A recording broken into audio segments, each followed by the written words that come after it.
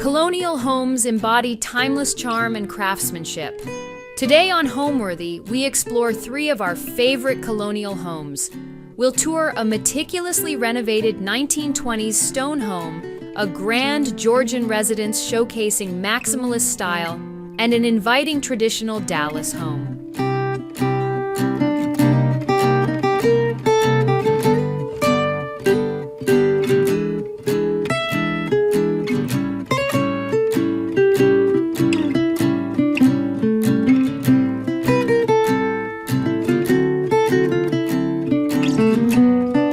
You're watching Homeworthy, where we believe every home has a story. To shop items inspired by this and other Homeworthy episodes, be sure to check out the product links below for amazing furniture, accessories, and more.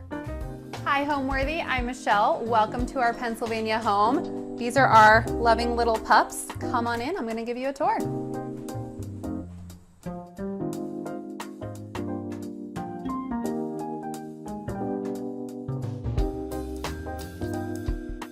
My name is Michelle Gage. I live in this home outside of Philadelphia with my husband Alex and our 4 rescue pets. We've got our own little Noah's Ark here. We've got 2 dogs, Nally and Harlow, and 2 cats, Wednesday and Tallulah, and I can't wait to show you around. I'm a residential interior designer. I own and operate Michelle Gage Interiors, which is a full-service firm on the main line. We work on projects not only in the suburbs, but also in Philadelphia. So this home was built in 1927. We don't know a ton about who owned it, though I think my husband went back into some records and eventually found a little bit of information, but we know it was a larger home that had more property than what it currently has. It's since been subdivided and other homes have been built on it, but it's a 1927 stone colonial. So the condition of the house was poor at best. It had a lot of issues. You name an issue in the house had it. We had to replace the roof. We did a lot of plumbing work. We needed a new boiler. We had to add AC. All the floors needed to be refinished. There was a lot of plaster work.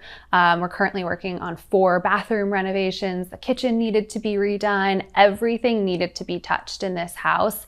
In hindsight, I would call it unlivable. When we first moved in. However, we moved in, got scrappy, and renovated it while we lived in it. We set out knowing it would take 5 years, and we have 6 months left until we hit the 5-year point, and I think we're gonna hit it. So we are in our entryway, which is lined with art. We've got a lot of art in the home. In this room in particular, we have a couple of great pieces that we got in our travels. Some we picked up on the streets of Mexico or from museums in London. Over here, we have some really fantastic stranger portraits.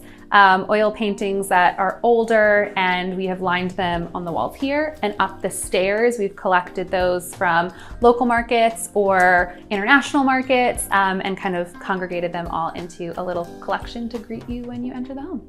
So I have always been attracted to portraits of other people. This was actually the first one that I got that started it all. I got it at a flea market in Raleigh.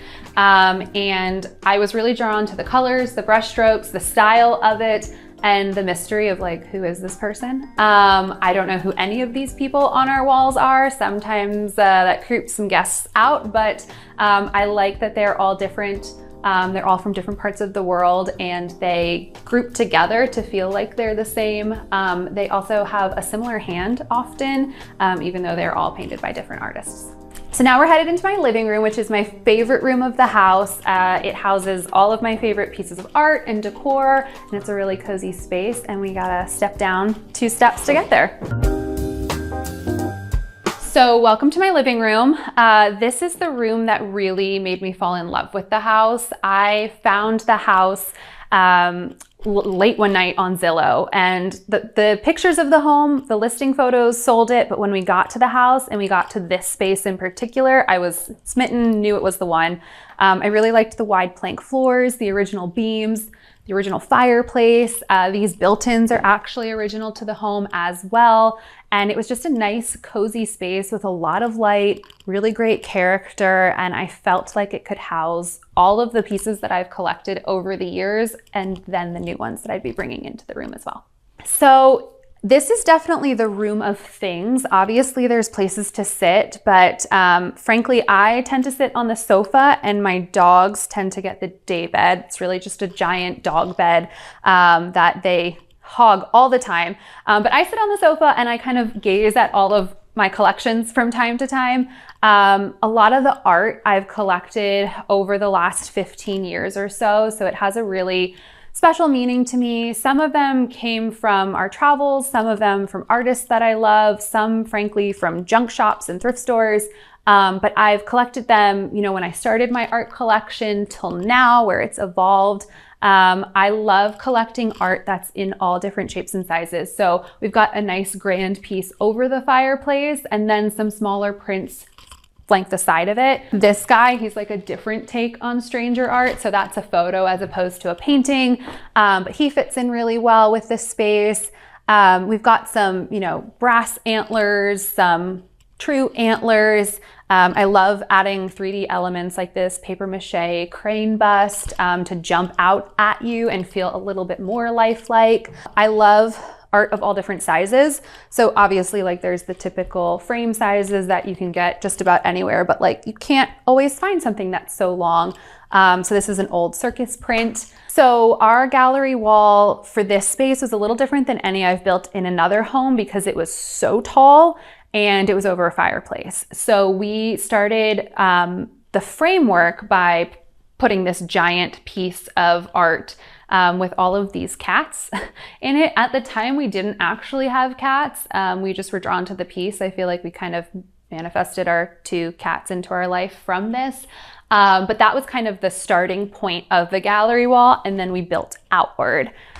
We incorporated some prints, some originals, some vintage finds, some newer finds, and then 3D elements. Like this is a brass bugle, Boy Scout bugle.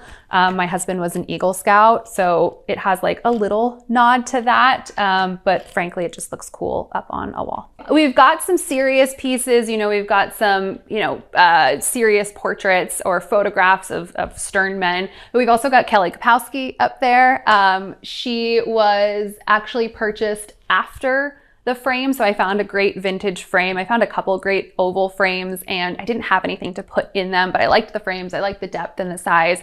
So I purchased a Kelly Kapowski print and put that inside. So it's something new and something old and it's kind of cool, but not too serious.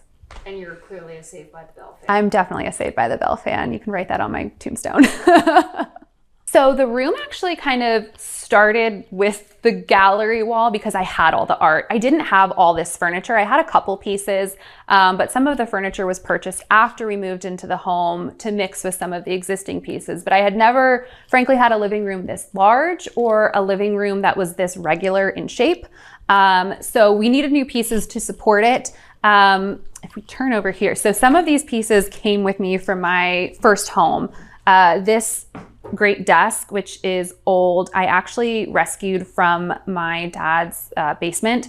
He didn't purchase it, the previous owners purchased it, so we don't really know the story of it, but the basement was not a finished basement. It was just a dungeon space essentially. But when he was moving out, I asked if I could have it. It's one of my favorite pieces. I love the blue color of it. I haven't touched it. I haven't refinished it. Frankly, I don't sit at it, but it was the perfect piece. So it was one of the first pieces that made it into this room, along with this cabinet, which has the same story, rescued from a dingy basement where it got absolutely no love, and really fills this wall out nicely and houses all of our books and some of our trophies. So I did not win any of these trophies. I have no talent or skills that would lend to giving me a trophy, but I've collected them. Maybe that's the talent and skill. I've collected them over the years from various flea markets. This one I actually, people ask me, they're like, oh my God, did I break it? No, I think someone ran over it with a car, but that's frankly why I purchased it, because it was kind of wonky and I really liked it, and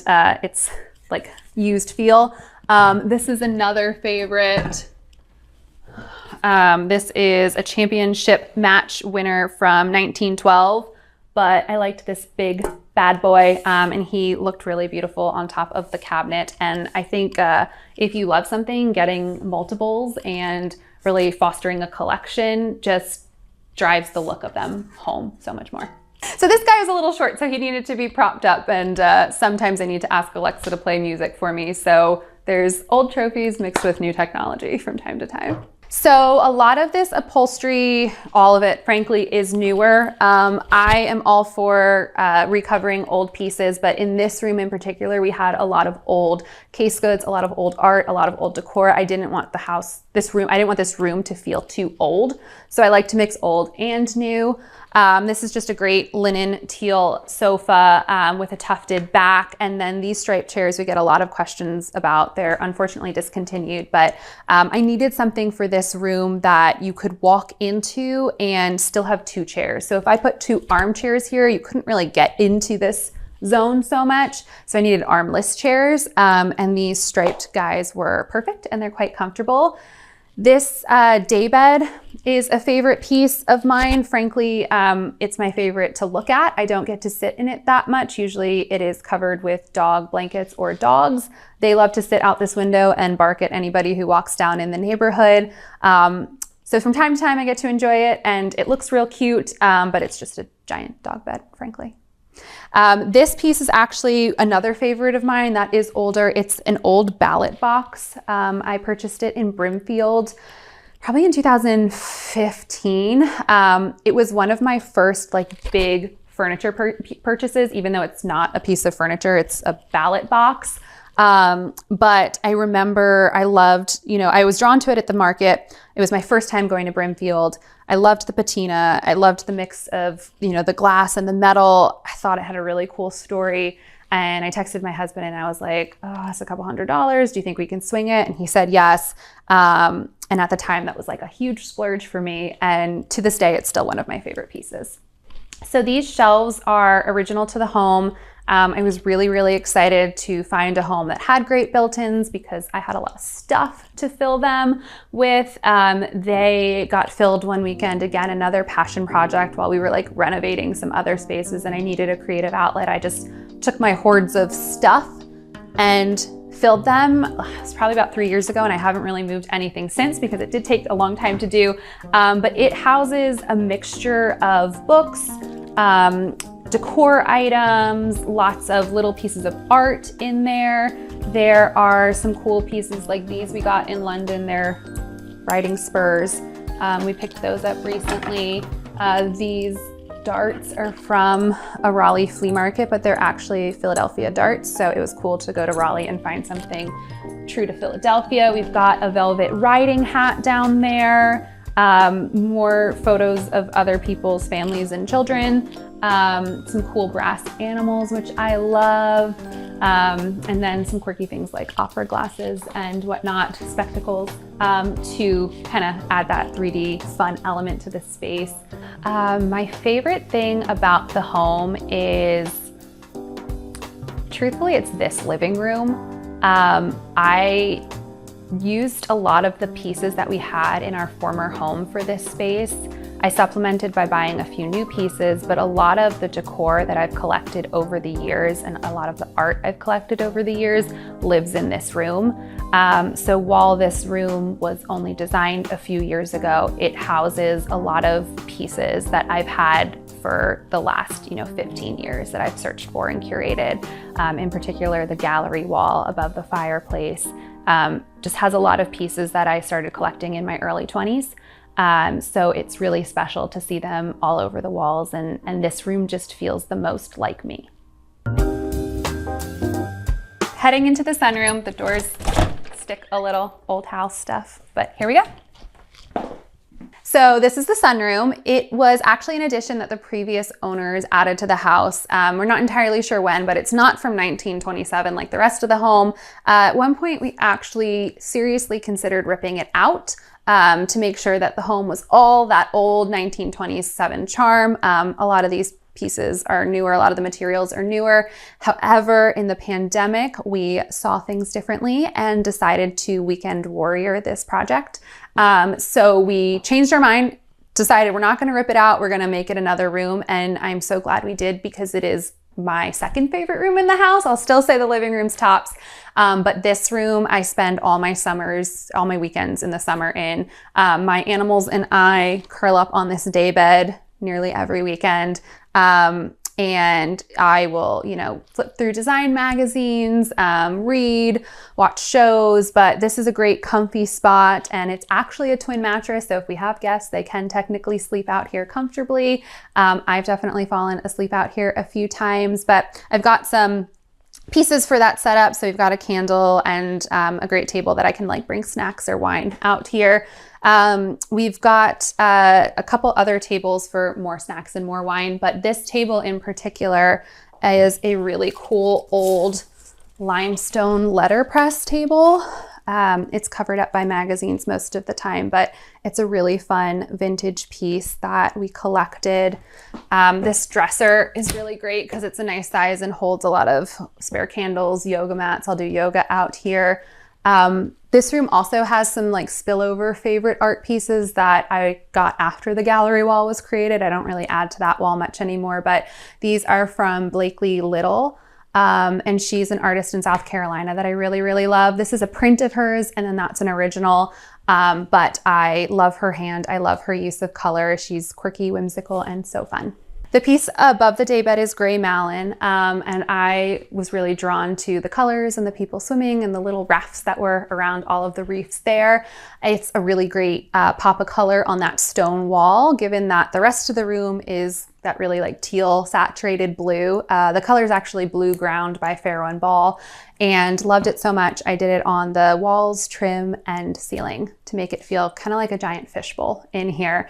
You are on display a little bit with all of the windows, but our neighbors are a little bit further away from us, so no one can really see in. So I chose to leave the windows naked so that I could see all of the trees and everything green outside of them and really enjoy that rather than covering them up for the off chance that one person might peek in here when they're delivering a piece of mail. So this room was a little tricky to decorate because it's super long, and I also needed seating in here, which it was a little tricky with the narrowness of the room. So we kind of divided it into two spaces separated by these doors to the living room. This space over here is actually where my husband kind of sits more because the sofa is quite large and long, and he's a tall fellow, so he can lounge here. And then this side over here is my side where the animals tend to hang out and cuddle. So we broke it out, but still wanted it to be a space where like everyone could get together and read. And then we're working on some outside projects right now, but the idea is that if we have people over outside, we open this space up, and it's not truly an indoor-outdoor room, but it's a little bit more casual than the living room, play around a little bit more, and have dual entertaining spaces. I get asked a lot how I would describe my personal style, which is definitely most reflected in my own home as opposed to clients' projects where we try to bring their style in. Artfully bold, eclectically curated, British eccentric is another way that I've recently learned to describe it as I've traveled to London and found some antiques that I like there and realized that maybe all along I've been collecting similar pieces for the home. So I will show you the powder room, but first I'll show you my cat's bathroom, which is this little hobbit hole under the stairs, just to keep it real. Little unsightly, so we can close the door, but we hide our litter boxes under there. But in our powder room, we've got a really great long space here. So it's not too tiny like a powder room would be, but small enough, it's not a full bath. We have the original sink that was left for us, which is fantastic because not only is it really gorgeous, but finding a corner sink that fit perfectly would probably be a very hard bill. So we kept the original sink. We wallpapered with this really great Toile toilet wallpaper for a cheeky little twist on a powder room. These are really ornate toilets, but we're not ornate people, and the Toile is a historic nod, but it's toilets, so it's kind of funny.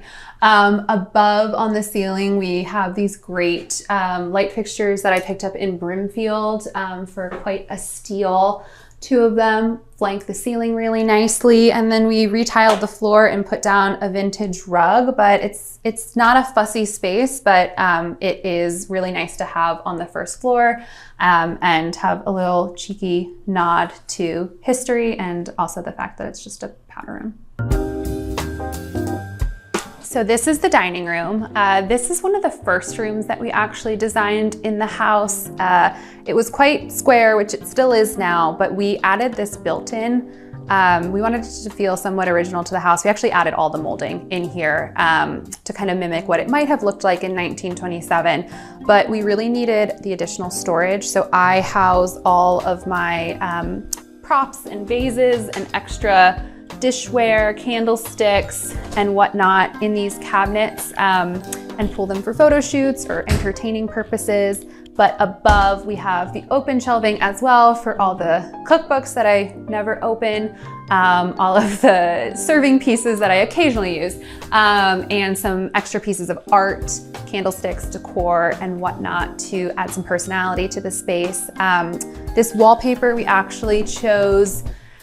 We didn't really consider many other styles for the room. I fell in love with this one like right as it came out. I really liked it because it reminded me of a trip to Capri, though I later found out that these are not lemons, they're golden pomegranates, but it reminded me of the lemons in Capri, and it was really fresh and funky. It played to the greenery that's outside these windows, which again, we've chosen to keep naked because our neighbors are just a little bit further away. So we're really surrounded by all of these trees. And I wanted to enjoy that rather than covering up those views. Our cats love to sit in front of the windows as the sun pours in, and I didn't want to deprive them of that either. We decided to add 2 chandeliers because again, the space was quite large and I wanted to play that up. We recently rehomed our original table that seated 10 to 12 people because frankly, we don't seat 10 to 12 people very often, if ever, and opted for a table that was a little bit more traditional, a little smaller, and had these great rounded corners to it, so it fit the space a little bit better. We added some sconces for additional lighting in the room. I love putting art over wallpaper, so whether it's a black and white print or something that truly only works on the wallpaper together, couldn't really work anywhere else. So this is a vintage portrait from 1946 that I picked up, I believe it was in New York somewhere. And I fell in love with that lady. I loved her little teal jumpsuit, her brooch, and her nails, and she worked perfectly with the color palette of the dining room, so she got hung here. She looks like Alex's grandmother a little, which is, so I call her Lois, though his grandmother doesn't know that, so if she watches this, she'll find out. So this bar cart is one of my favorite pieces, just because it's so grand. Usually you see dinky, tiny little bar carts, and this one is truly like a bar serving station. I've got a bunch of decanters on top and a couple pots with no plants in them because I do not have a green thumb, and some magazines in the middle. So it's not strictly alcohol serving. We have a Butler's Pantry for that, but I loved the size and the scale. Fun thing that I like to do when I travel is I visit a lot of museums, and I was at the Royal Academy in London, and I love to visit the gift shops, because the gift shops, while you might think just have like kitschy things, they actually have really beautiful artisan pieces. So we got a couple of these seed pods, ceramic seed pods. So I love to keep them on the bar cart, as well as some busts. So this is actually a planter, and then this is a bust that I got at a local vintage market.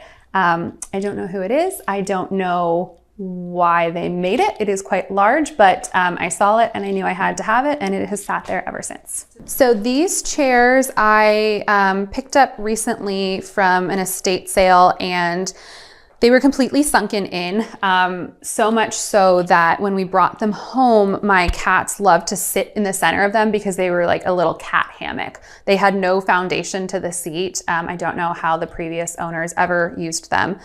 So we had them reconstructed. The bases were redone by the upholstery shop, and then we did a great pink velvet for a nice pop in this space. This space is very blue, green, and white, lots of brown, so I wanted to break that up. Sometimes I feel like pink can act as a neutral, and in this case it definitely does. And then we chose a velvet because it's really easy to clean. Heading into the Butler's Pantry now, you will see that the wallpaper repeats in this space as well, to tie those two spaces together. But this room, as opposed to the dining room, is a little bit moodier, a little bit darker, kind of speakeasy vibes, whereas the dining room's quite bright. This is our Butler's Pantry. I really, really love this space because it ties the kitchen into the dining room and gives us a great vehicle for entertaining. The cabinets are a custom color. It's Vardo Teal by Benjamin Moore, and I agonized over this color for a long time and ultimately landed here, and I'm very, very happy that I did. We've got some closed cabinets below where we keep, some platters, some wine, some cleaning supplies, truthfully. And then above is a great storage place for all of my pitchers and glassware and anything that I break out for entertaining or truly put flowers in. We've got a little bit of a bottle opener obsession. So we have a lot of funky pieces. We've got a hand that we picked up in Italy. This is a pretzel, which is kind of a nod to Philadelphia. Got a lemon squeeze, and a couple other really cool accoutrement. Who's this? This is a king, but he also opens your bottle, which most kings would not do, but this one does. These are actually bottle openers too. They've got little parts on the bottom that open up your bottle, and so is this snow crab, shoe crab? It's a horseshoe crab. Horseshoe crab. This horseshoe crab is also a bottle opener. And then here's another ashtray, which nobody smokes in this house, but just a really cool use of color, graphic in nature, and I love to collect them to put little items on. So the other thing that I like to collect when I can are these little stirrup cups. They have little fox or wolf faces, animal faces on them. Large or small, pick your poison, but they were used when men used to go out riding. They would put their drinks in them and gallop along on their horses with their cups of whatever their choice of beverage was. So this is another fun piece in our Butler's pantry that I commissioned from an artist locally. Her name is Sarah Coote, but I sent Sarah a photo of my elopement to Alex because it was just the two of us. We didn't have anyone there. We had some photography, but I wanted something a little bit more special to remember it. So I had her paint this in her hand, and it is one of my favorite pieces of art. From the Butler's pantry, we're gonna go into the kitchen. The kitchen was completed at the end of 2019, right before the pandemic, which was truthfully the best timing because we had been needing to renovate the kitchen for a few years, had been putting it off. And luckily when we went into lockdown, we had this space to cook all of our meals and hang out as a family of animal lovers. So I knew that I wanted a pale blue kitchen. I had visited London for a week and we stayed at a really beautiful property that had a gorgeous pale blue kitchen, and I just fell in love. I also wanted inset cabinets, which is a little bit more European. So we landed on these, love them. We added these latches to the upper cabinet, which I'm told makes them a little bit more difficult to use, but I think they're quite charming. And then we did a seamless backsplash and hid all of our outlets underneath the upper cabinets so that you truly have that seamless look. We're quite pleased with the renovation. We did it ourselves. Actually, my husband and I did the demo work, and then he installed the cabinetry, which was definitely more taxing than we realized going into it, but the whole house was more taxing than we realized going into it. So we're happy to be showing it off because we're kind of at the other side. This range we got from Italy, which I just loved the way that it looked. Being not much of a chef myself, I wasn't really too concerned with how it functioned, which it functions okay. But I really liked the look of it. I thought it was a nice pop for the space. So we brought this guy in. The floors are original to the home. They're original to the space, and we really wanted to make sure that we kept some character. Ideally, this would have been a room where we could use what was in the space, bring it to life in a modern way. But frankly, nothing was really salvageable in here besides the floors. And we had to unearth them under a bunch of linoleum. So we were happy to keep them, but they are the only truly old thing in this room. Everything else we brought in is newer. We love the idea of having a vintage rug in the space. It brings a lot of color, and our animals congregate here 23 hours of the day. So we wanted a space that was a nice soft space for them. If we're hanging out in here, if we're eating, if we're putting away groceries, preparing food, coming home for the day. So they all congregate here. After the renovation was completed, we realized that we needed a little table area in addition to having the dining room. So Alex built this where we store just 2 stools underneath, and then we can use this as a butcher block, a cutting board as well. So it serves double duty. It's all scratched up, but it feels really nice to warm up the space. And then we wind up eating dinner there most nights, honestly. So one thing that I really wanted in this space, it kind of came together after the whole kitchen was renovated, was a gallery wall of dog art. So I love gallery walls, I love art, and I love my dogs. These are our 2 dogs. We actually commissioned this painting of them and put them in like little preppy J. Crew clothes as we envisioned they would be if they were real humans, which sometimes we think they are, but they are absolutely not. So I had the piece painted and then I put it in a really ornate frame because I thought it was just hilarious that my dogs would be in an ornate frame, and tried to make it feel like an older piece. We added some art around it that had dog motifs in it, including these dog busts. And it's just above their feeding and water station, but it's something that when we enter in through the house, through the mudroom, we see every day, and it just makes me smile because how cute is that? So we had this blank wall in our kitchen that I struggled with for a while because there were so many doorways and access points to it. So I couldn't put cabinetry here. I couldn't put a table here. There really wasn't much I could do to have anything protrude off of the wall. So we did this shaker peg rail.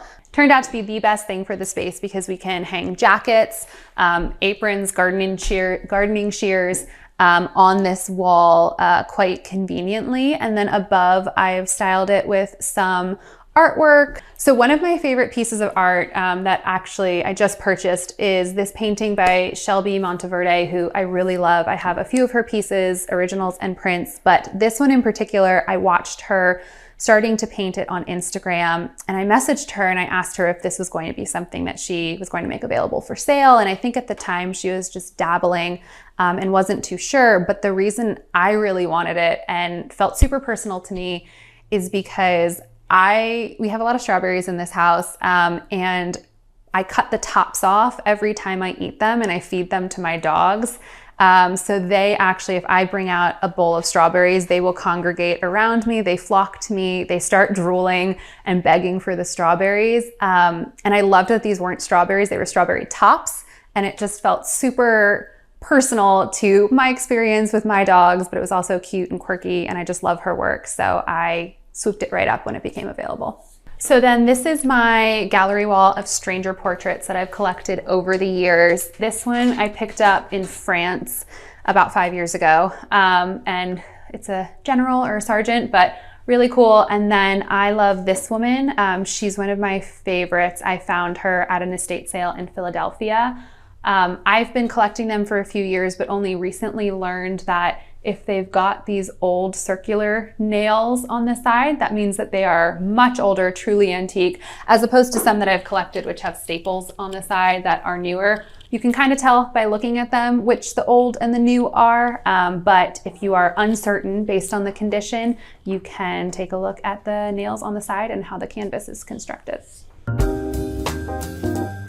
So we're about to head into the primary bedroom, but first I want to point out some of our photos that are outside of the bedroom, which are all of these great black and white yard longs. It's kind of another twist on stranger art, but this is photography as opposed to painting. So I've collected these over the years from various markets or estate sales. And a lot of times they'll tell you what either the school, the academy, the group, the workplace is, and I always find that really interesting. So I've looked for a bunch in all of my thrifting and antiquing adventures, and recently completed this wall, which felt like a really big accomplishment because finding pieces and growing it when you had a set structure to fit within was not the easiest task. But it's recently been completed and I am so thrilled. What is it about collecting pictures of other people and other people's families? I'm not so sure. I think it's the touch, like the nod to history that gets me. I'm not a big history buff, but I do really enjoy the old feel of whether it's art or objects or furniture. And it's a little creepy, which I also like. I love color, print, and pattern, but there's another side of me that definitely leans into something that's a little weirder, a little darker, and these kind of fill that darkness vibe.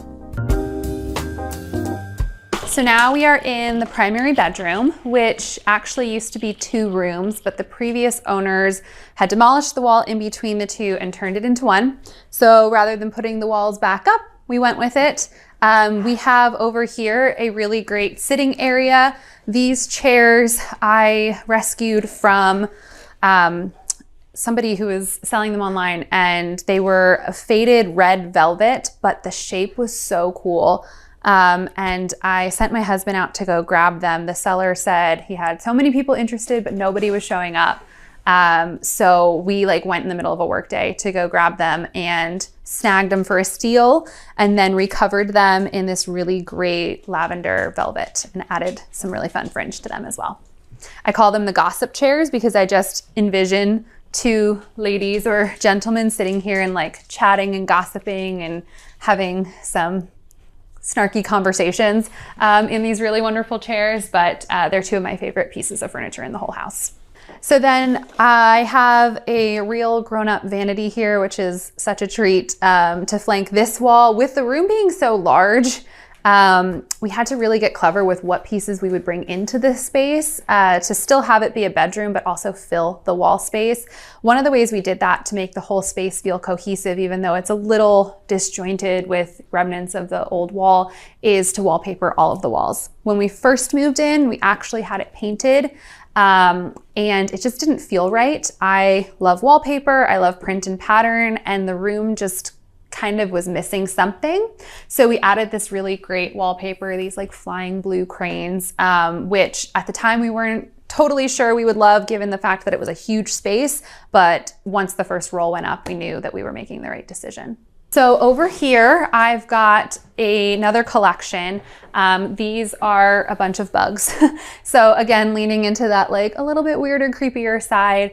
I picked these up at a Brooklyn flea market. Those are real bugs. Not going to attempt to embarrass myself and read their names off. But you can tell what kind of bugs they are if you look close enough. So they're framed in shadow boxes. I picked those up, and I had already collected a couple pieces that kind of fit this vibe. So I threw it all together in a little gallery wall. This is just a piece off of Cherish, but this is a great color pop for a beetle. And then this is a piece from a site called Well and Wonder that does a lot of great original pieces of art from fantastic artists. And I purchased that one to have the real bugs and also artistic renditions of bugs. So then this is the sleep space. You can see my dog really leans hard into that idea. But I wanted it to be really open and airy and cozy over here. So we've got sconces on the wall so that we can keep the nightstands clear for books or vases or any, face potions, candles and whatnot. And then we have a really simple bed, simple, cozy bed that is just ultra comfortable for myself, my husband, and all of our fur children. I layered rugs here because, again, the space was so large and we really needed to figure out how to make it not feel as large as it is. It had to feel cozy, but it also couldn't feel too disjointed. So I really loved the color that this rug brought into this space, but when I found it, it wasn't large enough and it didn't come in a larger size. So a tip that I always like to do, whether it's a new rug or a vintage rug, if it's not the right size, is to layer it with the proper size jute. So I picked this jute rug up and I really like the additional texture that it brings into the space and how it all works together to create a little sleep space inside of this larger room. So a lot of the clothes that we have are housed in a larger walk-in closet, but this dresser houses some of the foldable clothes, and I wanted to make sure that I didn't overly decorate the bedroom, but also paid service to the surfaces. So we've got another piece of stranger art here. This one is a naked lady, which looks really great. And I love the colors. She was picked up in Bloomfield. I added a little vintage mirror beside her and then a newer lamp, but I recovered this shade in a cool block print fabric just so it wasn't white and boring, and it was a print that popped off of the wallpaper print. The last thing I want to show you in this space is another piece by Shelby Monteverde that I fell in love with. She recently did a whole swan series, and I find art all over, whether it's newer, commissioned, higher end, lower end, and this piece just spoke to me. It's one of the pricier pieces that I've purchased for my home, but I knew once I saw it that I loved it and I would love it for a very long time. So I love her hand. I think she's a fantastic talent, and I thought that that piece would just be one that would travel through all of my stages of life, whether I stayed here forever or moved house. So this is my office. It's my home office. It's a smaller space in the house that really couldn't serve any other function, just with the doorways and the way it was laid out. So we made it a little office hub. I added all of these great floral paintings and prints into a gallery wall to kind of take advantage of the space above the desk. I didn't want to clutter it up with shelving. I didn't want to hang one or two pieces. I wanted to explode my personality into this space. So we've got some older pieces, some prints, some newer pieces, but all of the floral variety hung here, and a little extra space if I did choose to add to it. So this is our laundry space. It was previously, this hallway was two closets. So one closet that belonged to my now office and another just utility closet in the hall. It wasn't being utilized fully, and the washer and dryer were downstairs in the kitchen. So when we renovated the kitchen, we brought the washer and dryer up to be on the main floor where all the dirty clothes go, and took out these two closets and built this in. Got a sink for hand washing, which is like the worst chore in the world to me, but this makes it a little bit better. And we've got washer, dryer, and then just one cabinet for some detergents and dryer sheets, a little hanging space if there is anything that needs to hang dry. But it's super functional and really took advantage of an underutilized space and made it ultra functional. So now we're headed into my husband's office, which we've dubbed the study. So this is Alex's office. This actually used to be my interior design studio. When it became my interior design studio, we vaulted the ceiling and exposed the stone wall. So actually, when we moved in, the ceiling was flat and the wall was drywalled. However, because it was going to turn into a place of business, we wanted it to feel different than the rest of the house. So in order to do that, we vaulted the ceiling in here. So this used to be attic space. And then we exposed this stone wall in the process and turned it into a space that feels a little different than the rest of the house. I used to run my design business out of here, but since we've moved out of the house into a commercial space, it's become Alex's office, or what we sometimes dub as his upstairs living room. So it's kind of his man cave, but I had a hand in decorating some of it where I was permitted. So we've got this great vintage velvet sofa, which I love. There's actually 3 different blues in here. So it's kind of a mix and match piece. He's got his own collections, which are vintage tools, lots of vintage books, just lots of things that I have asked to spread throughout the house, but he likes to keep his collections all together. So I feel like a lot of times you get slack for not letting your husband put his stuff all throughout the house, when in fact I actually beg him to put it all throughout the house, and he likes to hoard it to himself and have little museum displays, as he says. We've got this great leather chair, which is completely worn in from him, the dogs, and the previous person that we purchased it from. And then a great rug. The rug is not vintage. However, we wanted something vintage. He wanted something vintage. So what we actually did, which is what you don't do when buying a rug, is we didn't put a rug pad under it. If you put a rug pad under it, it gives your rug a little bit more longevity. It makes it last longer. However, he wanted it to feel tattered over time. So without putting a rug pad under it, it will definitely wear worse over time, which is actually what he was looking for. We've got the great exposed stone wall, and then a collection of some of his books in this great vintage cabinet. And another place where he keeps his collections are in this museum display case, which was a recent find, and he keeps all of his smaller pieces here, and we've adequately dubbed it the museum. Amazing that two collectors met and married each other. It's either amazing or it's like completely disastrous, because now we can never move. It will take so much manpower to pack everything up and move. This piece is actually an old map of the main line. Our house is on here somewhere, but it's an older map, and we found it at a local flea market, and I had it framed for him for his birthday in museum glass, so that it is a little bit nicer than your typical glass frame. So this is a piece that we really treasure, because we were looking for our house on the map for a while, and we finally found it. One of my absolute favorite pieces in this room is the chandelier, which we got last year from an estate in Rhode Island. So we eloped in Newport, Rhode Island on a whim. We were engaged at the time, but I was looking to leave my job, start a business, and also have that health insurance. So we Googled best places to elope on the East Coast. I gave my 2 weeks notice, and to Newport we went. So Newport has a special place in our heart, and we visit it every so often, every few years. And on our last trip, we found this piece, which we just love. At the time, we were already reworking this room to be Alex's office, and I had a beaded, colorful chandelier in here, and I knew he wouldn't live with that long term. I knew we'd be constantly looking for a piece, so it barely fit in our car on the way home. But I told him if we didn't get it then, we'd be looking for years and years. So that's a really fun piece for us to have in this space that looks like him and is designer approved. I think the word home means something different to me now than it did even when I bought my first home or moved into this home.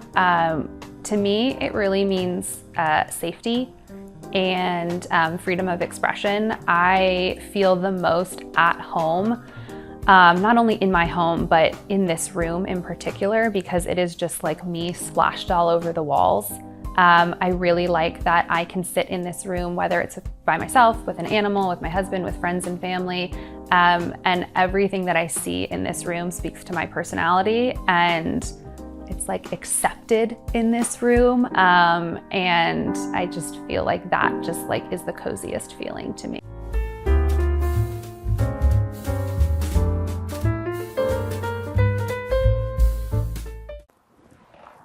Hey Homeworthy, I'm Sissy. Welcome to my home in Bloomfield Hills. Why don't you come on in and I'll show you around.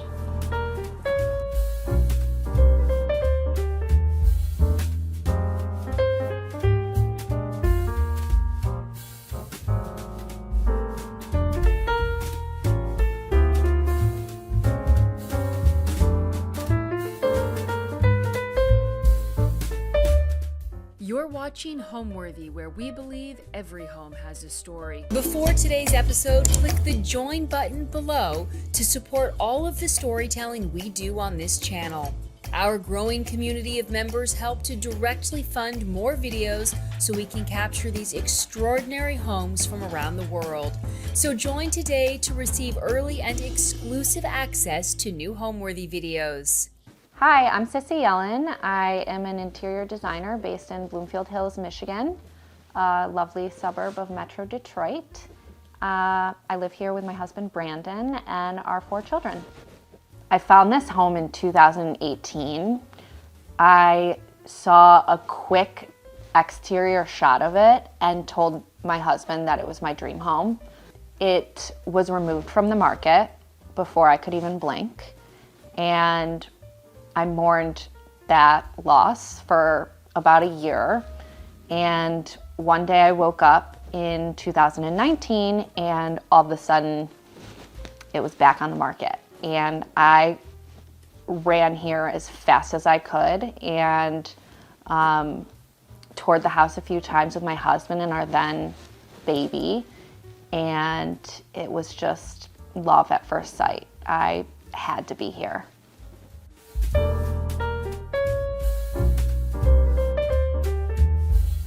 Welcome to our foyer.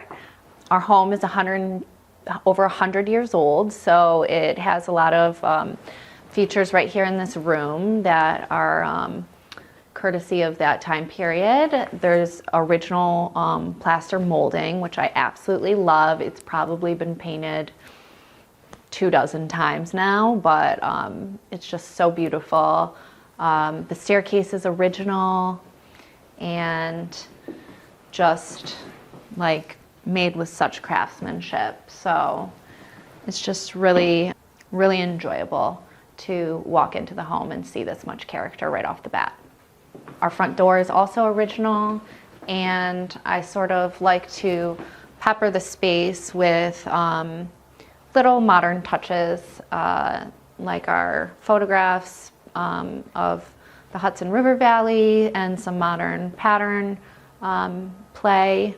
So I find myself staying up very late now that I have children and doing some online antique hunting. So the art is courtesy of those late nights. And the terracotta dog is something that my husband and I picked up when we were traveling to Palm Beach.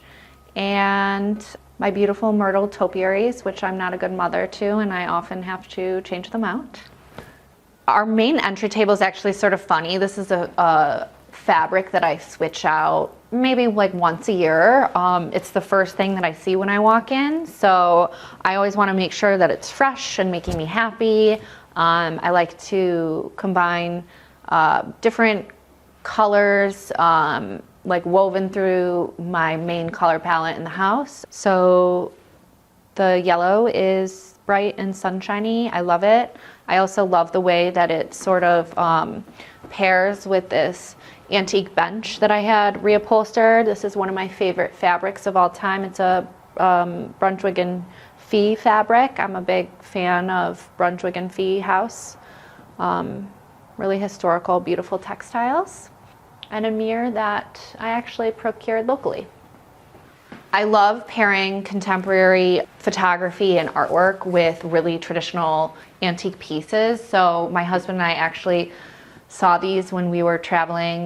We were in Long Island, and the photography is of the Hudson River Valley. So I just thought it was so cool to bring back a literal piece of our travels there. Okay, come on, let's go see our powder room. People often have a hard time finding it. I love the use of space underneath the staircase. I feel like it makes for a really quaint powder room. So I had the whole room wrapped in this historical wallpaper from Clarence House titled The Vase. It's been in production forever and ever and ever.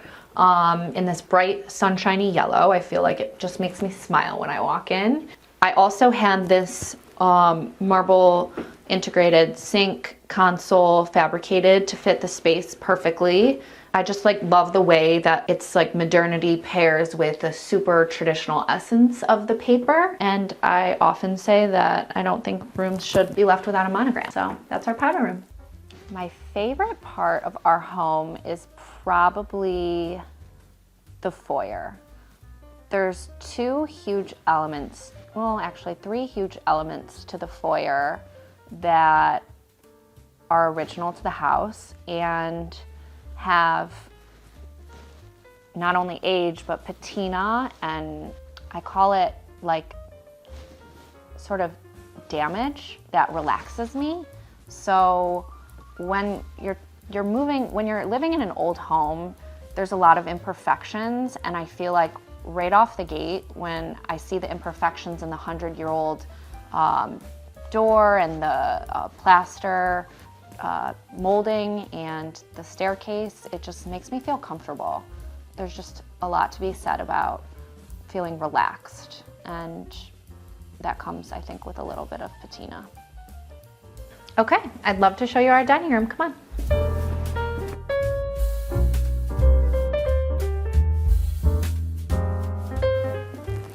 Welcome to our dining room. This room is an eye catcher right off the foyer. I had it lacquered in one of my favorite Farrow and Ball colors, pink ground. And We have a huge family, so big table is a must for me. I entertain a lot, pretty casually most of the time. So I just love like how comfortable the chairs are, and people can just roll in and out. Performance fabric, because there's always a lot of kids at my house.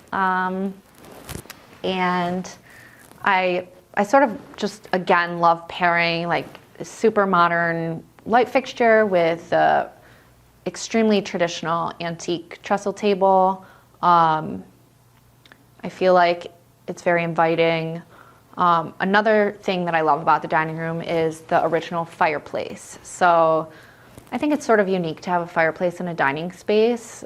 We have 4 young kids, so we don't ever light it, but it's something that I dream about one day. Over here, I have a curio cabinet that I found in one of my travels to the south. I also have been collecting these Staffordshire dogs for quite a while now. I think it's sort of fun to curate collections that can grow.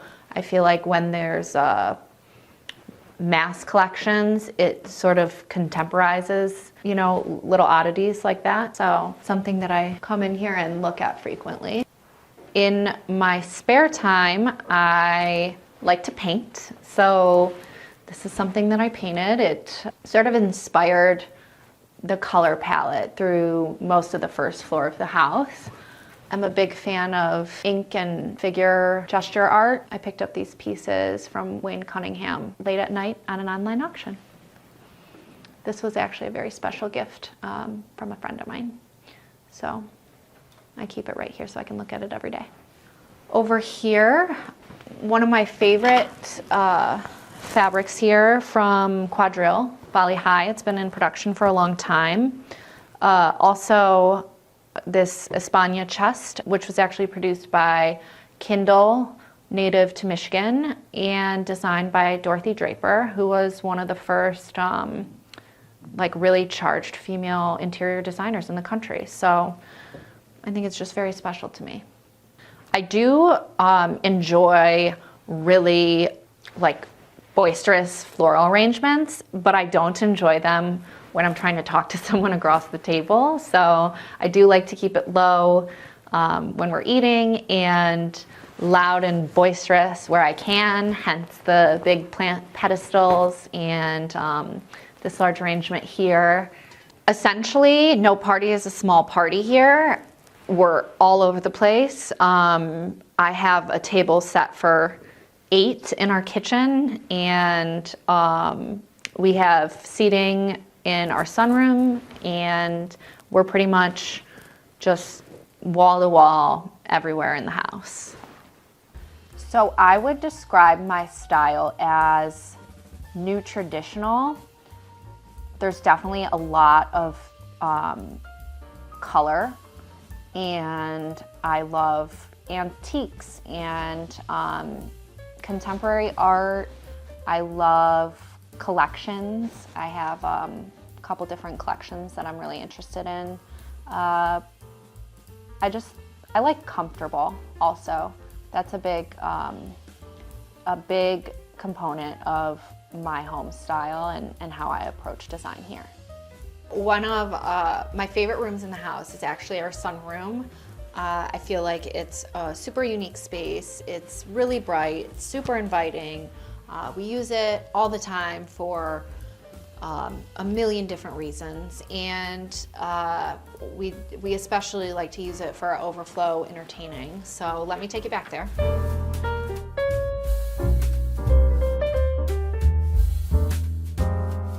So welcome to our sunroom. Like I mentioned before, we use it for a multitude of different reasons. We just actually had this sofa made by a dear friend of mine. It's featuring one of my favorite patterns by Schumacher. We also use this space a lot for different entertaining, so I thought it would be fun to have a table and a banquette that people can eat at, but also just a resting place for objects and, you know, different things that have my curiosity at the moment. This amazing place to put a really stellar floral arrangement is nice to have, and sort of like a, you know, a place to throw mail and hang out and just relax. So over here also is a broader sense of my my China collection, well, cabbageware collection.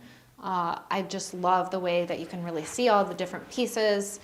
They have so much texture to them, and the shapes themselves, which is sort of unique when it comes to place settings and you know, different serveware. So the shapes themselves are so unique. So I just love having them displayed and mixed in with some contemporary art. I feel like, you know, it sort of embodies my my personal style.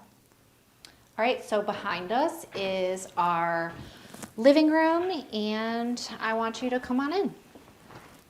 So this space, you know, started off kind of a little bit on the darker side. The previous homeowners, I think they like wanted to set like a moody environment, which was enjoyable. But I sat in here during the morning and during the day, and I thought to myself, wow, like this space is covered in light. So I wanted to sort of bring that nature into the space, which led me to this pattern that you see on the walls and on the ottoman.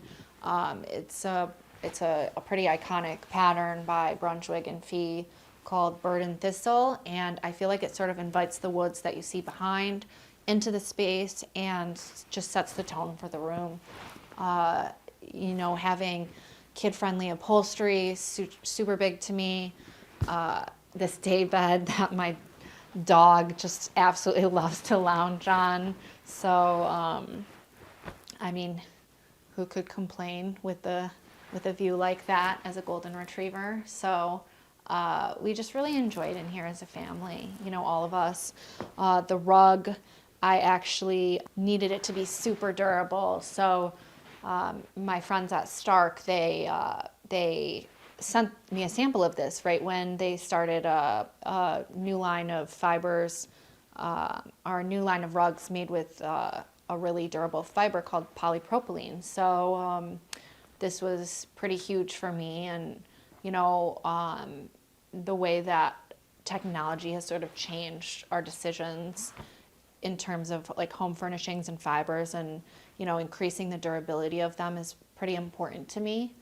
Again, one of my idols, Bunny Williams, designed this hourglass side table, which I think is really striking. You know, there's just so much beauty to it between the shape, the gilding, the creme marfil top. I just love it. I feel like it's a really unique piece for the space. My kids often hang out on this little bench here with the bench cushion, which I think is super fun to have in our family room. I sort of claimed the built-in space here with some of my collections. I was antiquing in Michigan and thought that these little mini rocking chairs were really unique and interesting, so I started collecting them. So I like to feature them amongst, you know, some different books and candles and artwork that I've been finding over the years. Again, more of my little antique oddities and whatnot, and big, beautiful coffee table books that I hope one day to have more time to read. And also this piece of art that my mother-in-law, Iris, who's so thoughtful, you know, I walked into her kitchen one day and she was like, what would you want to see on the kitchen counter when you walk into your house one day? And she said, what would make you really excited? And I said, I thought about it for maybe like 30 seconds before I said, a bag of ripe peaches because I think it was like the middle of January or something in Michigan, and something really money couldn't buy at that moment. And so she commissioned this piece for me, and I just thought it was like one of the most thoughtful things in the whole world. So I love it. We live in Bloomfield Hills, Michigan. It is a quaint suburb of Metro Detroit. There's a lot of nature, a lot of beautiful historical homes, definitely just a lot of, it's just an interesting place to live. Okay, so speaking of entertaining, I'll take you over to our kitchen slash family room, which is pretty much, I guess, the heart of everybody's home. So come along.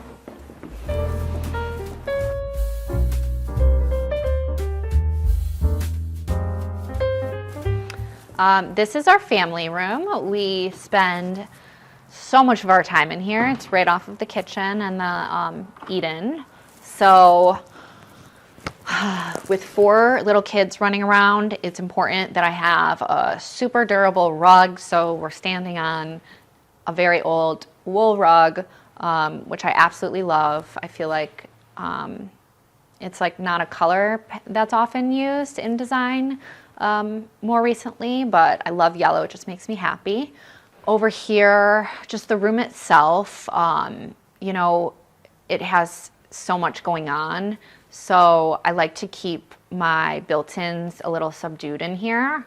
Oftentimes there's toys all over the place. So I feel like having like a curated, simple, built-in styling situation sort of helps bring a little sense of peace to the space. And I love reading magazines, so that's what I'm doing when my kids are playing and they're giving me a break for a moment. So, having a soft ottoman here is just so comfortable. This is definitely the most used seating in our home, so having durable, interesting seating that's good for conversation is huge for us. The chairs were actually one of the first pieces that I bought for the space. They're from a company that was up and coming at the time, Society Social. Now they've just absolutely exploded. They use traditional framework and upholstery methods down in North Carolina, which is where most of my furniture is from. And, they're just very well built, and we enjoy them so much. Bunny Williams is one of my idols. I read her books cover to cover pretty often. So this is one of her lamps, which I absolutely adore. And I have some more interesting figure drawings hanging on the wall over here. And wicker woven items are a big part of my home. I feel like that's sort of an element that I like to use a lot in design because it relaxes, and it's also so useful. I mean, my kids have so much stuff. So I also have a little wicker baby bassinet for our 6-week-old baby right now. So I sort of love having something that feels like an element of our house when it's, comes to the kids' stuff. Okay, so the reason why we spend so much time in this seating area is because it is right off of where we also spend a lot of time, our kitchen table. So having 4 kids, super important to have some durability. Oftentimes I have a table linen on this baker table with a beautiful inlay. I try to protect it as much as I can. But there's also some modern, exciting pattern going on here. I had this Schumacher linen vinylized so that I can just wipe it clean when my kids are done making a huge mess, and it makes for happy kids, happy mom. The chairs themselves are Francis Elkins reproduction chairs. Very hard to find a set of real Francis Elkins chairs and with such a large quantity. So I thought it was just like a fun little interesting shape to have in the space. I very rarely buy pieces of art sight unseen without thinking much of it. This was just from a local boutique down the street. The architecture itself in here really draws your eye, the barrel ceiling down. So I felt like whatever was here needed to speak to the color palette and just the general feeling. My kids often ask me if this is a portrait of mommy. So I just really like it. It's very innocent, and I love the colors. They're like very happy. I live here with my husband, Brandon. We've been married for about 10 years now, and we have 4 children. We have 3 girls and a baby boy that was born 6 weeks ago. We also live here with our golden retriever, Porky, who is a lovely addition to our family. And yeah. So I think the most inspiring things to me is sort of traveling and also just getting to know people and how they live in their homes. I feel like that is such a crucial part of how to make a house a home. I love traveling with my husband throughout the country, on the East Coast. We love antiquing, staying at old homes, bed and breakfasts, and sort of gathering inspiration that way. Now I'll show you the kitchen.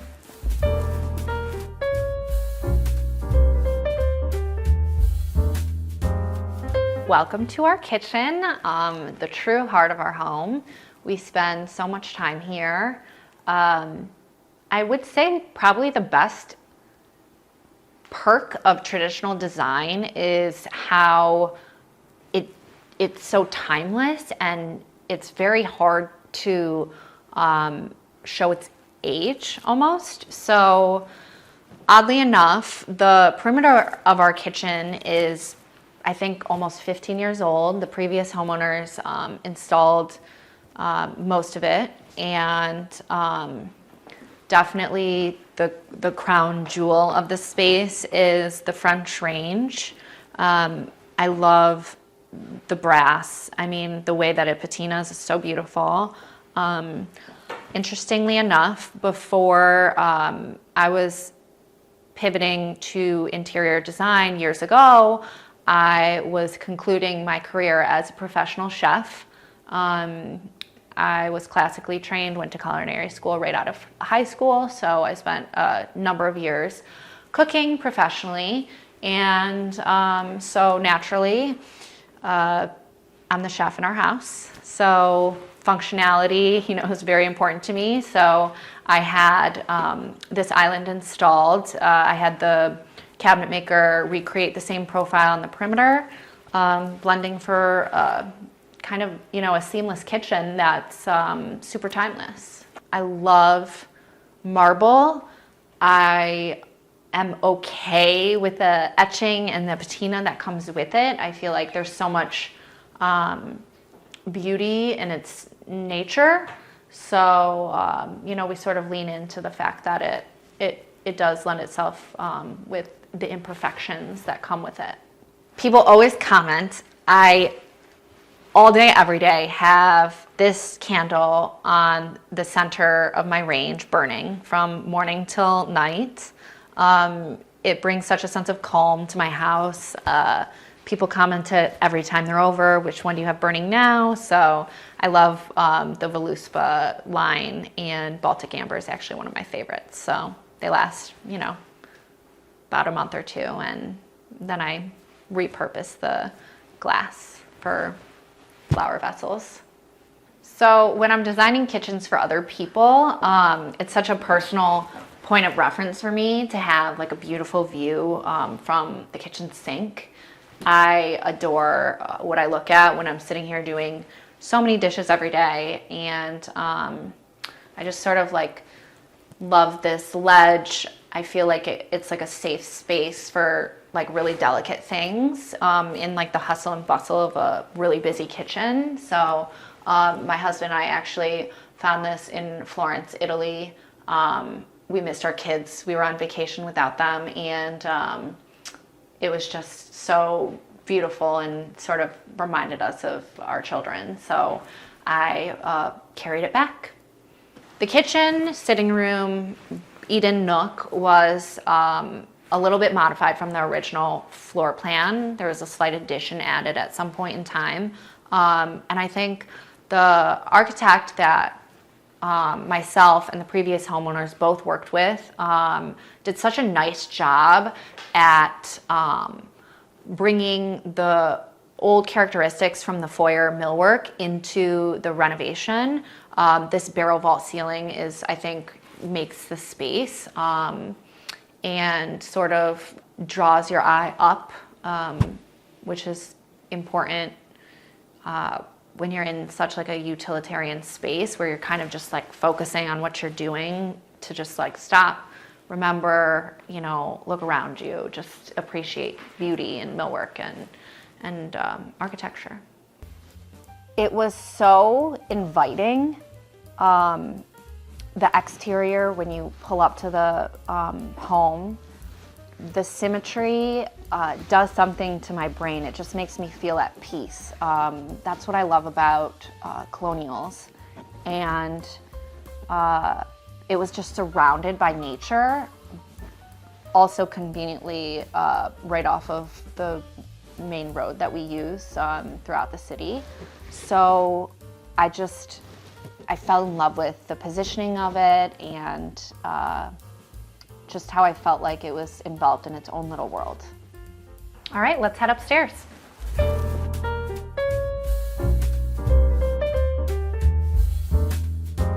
So one thing I love about the staircase, aside from the original railing, is how wide it is. It's so nice. I walk up here oftentimes with all four of my kids at once, so it's super useful. At the top of our stairs, you will find yourself in this little sitting room. One of my favorite elements of design is wallpaper. My friends joke that I'm like the wallpaper queen that they know.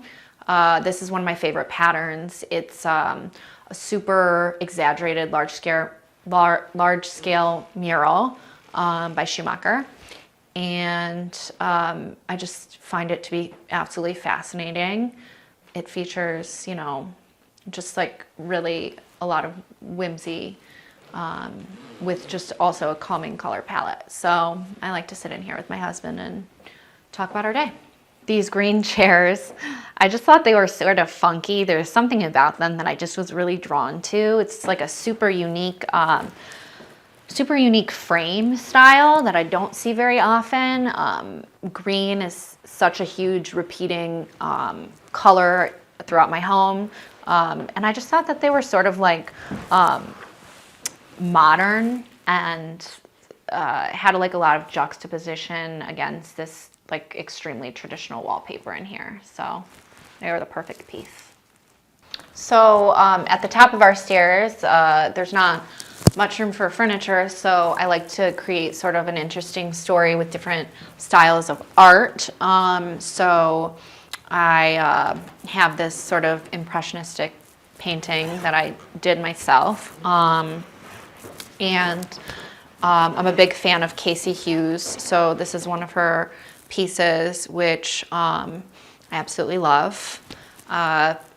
I also am very interested in intaglios and grand tour pieces. So these backed with linen and antique frames, I feel like it just creates an interesting story up here.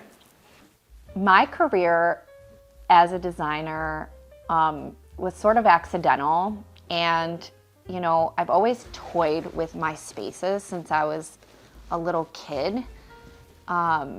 So that plays a huge role. I joke that my house is always evolving. I call it my my canvas, and it's sort of where I test concepts that I really want to explore. And it's just, you know, it's sort of like ever evolving, and I think that keeps it interesting, and I just really love it. Okay, so now I'm going to show you right off of our landing my daughter's room.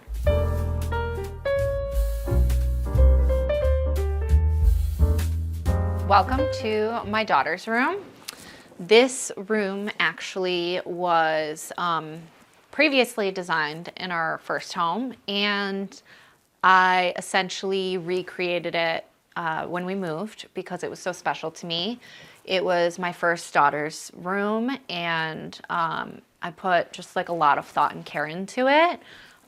This was about 7 years ago, so she loved it. My husband, you know, said there's something about this, and soon after, my business was born, creating nurseries and kids' rooms for other people. So that's how I got started in my second career as a designer. The starting point for this room was really this T-bow pattern that you see sort of everywhere. It's a coordinating wall covering and fabric that's since been discontinued. So, you know, it features just like a really whimsical site, and the color is just so bright and fun. So that sort of inspired the whole room. I always love to pair super traditional things with elements of modernity, something you find in all my projects and throughout my house. So that's where the hot pink comes in, and you know, the rich velvet and the sort of modern pieces. So this is actually my daughter's crib. She is no longer sleeping in it. She's 6 years old, so we just keep it in here for, you know, little slumber parties for my kids. But anyhow, I think a really unique element to the space is this half-tester drapery, which was made by a friend of mine in California. She specializes in children's furniture and drapery, and she's super talented, so I always love collaborating with her. These brass dressers were found actually in downtown Detroit. We were at Eastern Market, and I popped into a little antique store next door, and I don't know if the man that had these for sale even liked them much, but I had to have them, and I just think that they're so unique. I struggled a lot with finding artwork at first when I was entering the children's design space, because it's hard to find content that's appropriate for children, but also have like a level of sophistication in the pieces. So I found this pencil drawing on an online auction, and I just thought that you know, it was so innocent and sweet, and it's just like a moment, like from a content perspective, a moment that I really looked forward to, expecting my first child. So mini pianos, always a hot commodity amongst the toddlers. My husband and I joke that if we're looking for our 2-year-old who's like a little devious, and all of a sudden we start to hear, we know exactly where she is. All right, so we're gonna head through the Jack and Jill into my son's nursery. So this is my son's nursery. He is 6 weeks old, our 4th child, and the first boy. So I wanted to give him a really elegant room, but also, you know, just something that he could grow up into. And I wanted to create some interest on the walls, so I added the molding, and I'm sort of waiting a little bit to see what he likes and what his interests are before I really like adorn the room with more detail for him. But you know, I just feel like it's like a really great neutral palette. When you have such a big family, you tend to move in groups. So important to us to have kind of like a lounge element to our nurseries and our kids' rooms. So I had the stay bed made. Another one of my favorite designers that I look to for a lot of inspiration actually created this bedding line recently with Castetex. Aaron Gates is the designer for the bedding. And another textile designer, Katie Ritter, recently collaborated with Wheezy, which produces really fresh traditional embroidered towels and home accessories, collaborated on this little blanket here that we had his name embroidered on. So the crib is sort of a sad point for me because it's our last crib that we're gonna have. And my friend Gail from California, who owns the AFK Children's Furniture Company, made it for me. I just think it's so beautiful and timeless, and you know, I try to procure pieces that are like really heirloom quality. I hope that it goes to someone else one day, and that's sort of how I look at a lot of pieces that I procure for my clients as well. So the swivel chairs are made from Colonial, which is another up-and-coming furniture maker that's really sort of like taking traditional framework and upholstery and sort of re-inspiring the process for designers. They offer like a lot of customization and super fast lead times. So when it came down to designing my child's room, I was sort of late to the game because I was super busy with my client projects, and Coley turned these chairs around for me really fast. So the shades in here I had made years ago, and when my other daughter was living in this room, and so scallop pattern is something that's sort of very current right now, but something that I've always loved. So I just feel like it adds an element of whimsy to a kid's space, and to be honest, I sort of even like it in adult spaces. I've essentially touched every corner of the house now. We did extensive renovations to the pool area because we entertain a lot. You know, we throw together kids' birthday parties on a whim. We got renovated the whole master suite and built my studio most recently on site also. So right off of my son's room is our primary bedroom, so come along.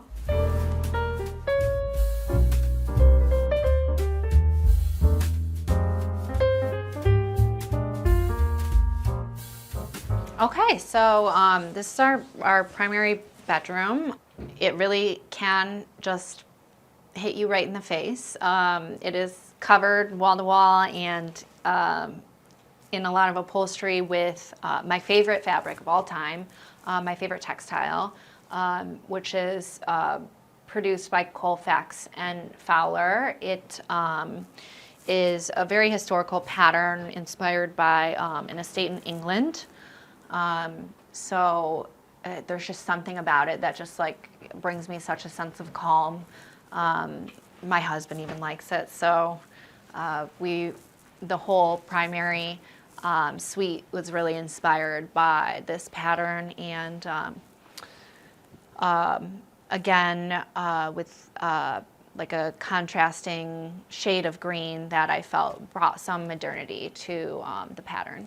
So our bed is obviously a huge focal point in here. People always comment about how high it is because we like the dog to stay down. But anyhow, he's very cute, but he's very large. So the nightstands are Swedish reproductions, and it was very hard finding just the right size and the right height piece for such a tall bed, and with the drywall return. I love this little seating arrangement right off of the bed, sheared, girted vanity chairs. I just think that they're so sweet. And, you know, white sofa is not super safe throughout like the main parts of our house, but we tend to get away with it in here. I also keep some special things in this antique break front, some things from our travels, some just personal mementos. So I like to have that right off of my side of the bed. A huge element in many of my rooms, professional and personal, are personalized linens and such. So nothing makes me more excited to come to bed at the end of the day, of a long day, than having this special bedding with the monogram, my husband and I. And I also really love the traditional cozy element of wrapping lampshades and making pleated shades out of like small scale patterns. So you'll see a lot of my lampshades have this sort of like block print. This one is made by Fermois, which is a textile company over in England. So I just love it. I feel like it brings a sense of coziness to the space. I'd love to show you my bathroom. All right, so this is our bathroom that we designed and got renovated. It was a really long project. It was during COVID. The original bathroom just was like maybe not really giving the full the picture of the home in itself. So we were incessant on using materials and design motifs that we felt like could have been used, you know, back when our house was built. So we're talking, you know, the floral motif in the mini hex tile. The use of natural stone was huge to us, and just sort of, you know, with the busyness and all the bath times that we do, having this like crown jewel piece to walk into and to sort of wrap the rest of the bathroom around was really huge in regards to space planning. I do think that our vanities often stop people in their tracks. They are a very unique color, but I feel like that's what brings like a lot of interest and character to the space. So I absolutely love them. Again, I found another little place to make the room more personal. So the hardware itself has our monogram engraved in it. The countertop material is actually a type of marble that people don't really use very often. It's called crema marble. I think it is so warm and unique. So it was a no-brainer to choose crema marble as the accent with all of the white marble. If you step over here, you enter into the shower. It's one of my favorite elements also. I love the window positioning and how there's natural light pouring in. It really helps us wake up in the morning, and we can, you know, see the moonlight when we're going to bed after a long day. The tile work was really important to me. I love the classic element of the subway tile, but I did want to enrich it a little bit more. So my architect laid out this gorgeous fretwork pattern that I love, and I feel like it's just honestly probably the most beautiful design element in the whole space. It's inlaid with the crema marble again, so the two materials, you know, really repeat themselves throughout the space and just makes for like a really cohesive experience. The lighting in this space actually has a funny story. The center fixture I picked up at a resale shop for literally $10. It was from a hotel renovation, a really stately hotel renovation that's nearby. And I don't know how it landed there, but I'm very grateful that it did, which left some room for these custom sconces by Colleen Ritter, based in LA. She powder coats them in custom colors, and I thought it was a great opportunity to, draw that color back up and have something really unique for the space. So right off of our bathroom are my husband's closet and my closet over here. And just a, fun thing to point out, I picked this carpeting pretty early on in the design process, and I knew I wanted some sort of decorative element introduced with the cabinetry. This really spectacular cabinetry maker, Cole Wagner, made these, and I just think that, everything about them, from the construction to the quality to just the fine details, are magnificent to me. So it's something that I look up and enjoy quite often. And then we have this little hallway into my closet. So this is my closet, and it's so happy in here. It's definitely a labor of love and a statement for the whole house. It's featuring, again, my color palette in the whole primary suite, which is Faro and Ball, Churlish Green, and Yearbridge Green.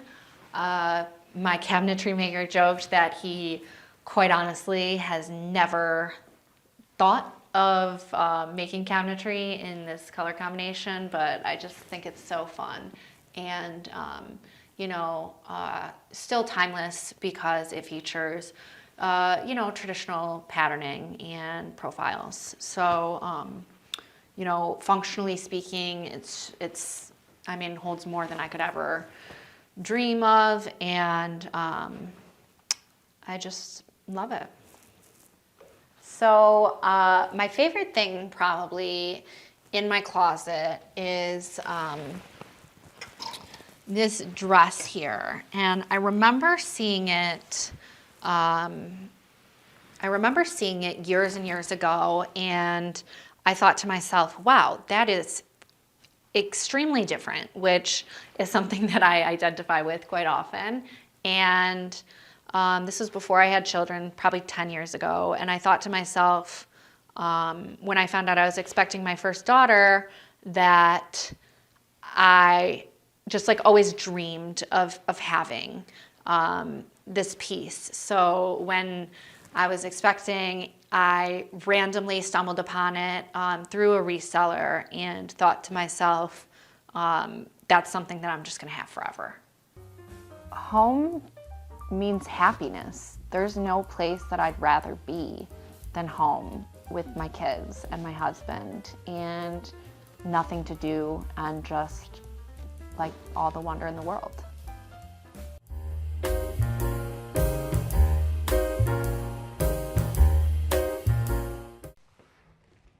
Hi, Homeworthy. I'm Meredith.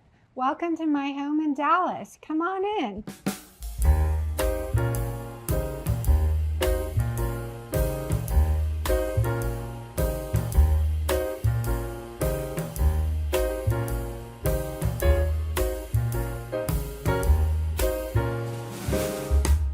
You're watching Homeworthy, where we believe every home has a story. Hi, I'm Meredith Steinhardt. I'm an interior designer, and we're here in my home in Dallas, Texas. So I built this home with my family of 4, my husband and 2 children. And the home was on a lot that was occupied by an old ranch home, which we tore down. And I was very much inspired by British townhomes and Colonial Greek revival. I did quite a bit of study on architecture in terms of classic white siding homes with red brick foundations, and in terms of the exterior architecture. And then the interiors were very much inspired by all things British for the most part, and a more sort of collected look. I love modern interiors, but I don't like anything that is strictly, cold modern, particularly for a Greek colonial revival. So I've incorporated a big mix of furnishings and art and various accessories that sort of inspire a more layered approach to interior design.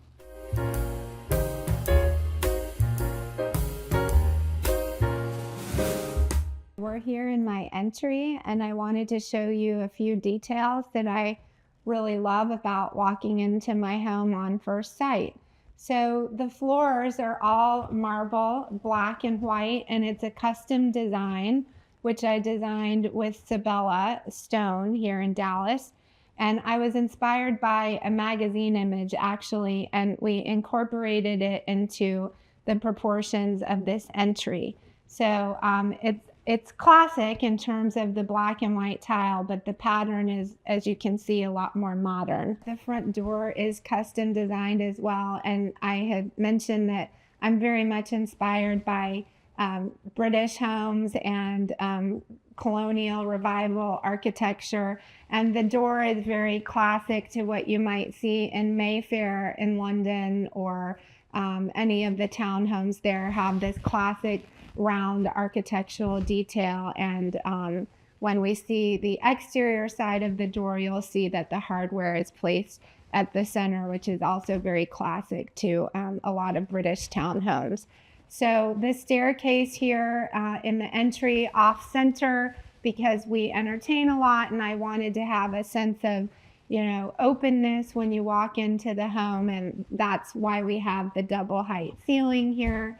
As you walk down in the entry, you'll see this large mural, which is actually a replica of the Zubair wallpaper in the Kennedy Library. So I had interviewed multiple chalk artists to illustrate the wallpaper, and the gentleman who did this is actually a middle school art teacher. His name is Caleb Jacks, and he's a wonderful artist, and he just depicted the illustration perfectly, in my opinion. So as you come down the hall, again, just very clean and edited. I didn't want a lot of furnishings in the way. So I collected this old French antique table, which is done by a very well-known French furniture designer. His last name is Renick, and I actually found it here in Dallas. And just behind the table is a painting by Penley of Abraham Lincoln, which I just adore. It stays lit all the time because I just love walking back and forth past it on a daily basis.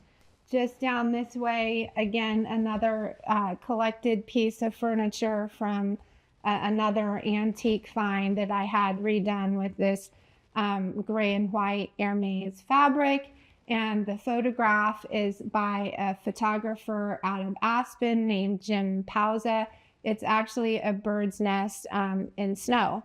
So again, as you can see, it's very clean and has a modern sensibility, but the organic nature of the nest adds that sort of layered, soft feel, which is what I like to incorporate into a lot of my interiors. Oh, and I did forget to mention that just down this hall, there is a door off to an outdoor kitchen. As I said, we entertain quite a bit, and it's really great when we have large gatherings. Everyone sort of gathers in this hallway, and then I tend to set the bar up outside so that people can just flow through this way and have a drink and then come back inside the house. It's really great for entertaining, because there are so many ins and outs of entry and exit points where you don't get bottlenecked in one spot versus another.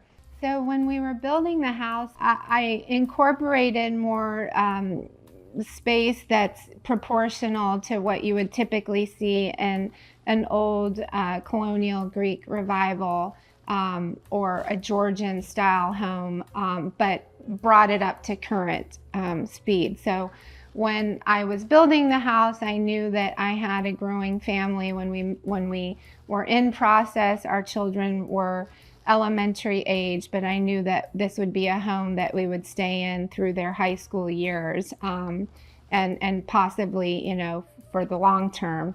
So I wanted to have, you know, a nice sized kitchen, obviously, because that's the hub of the house.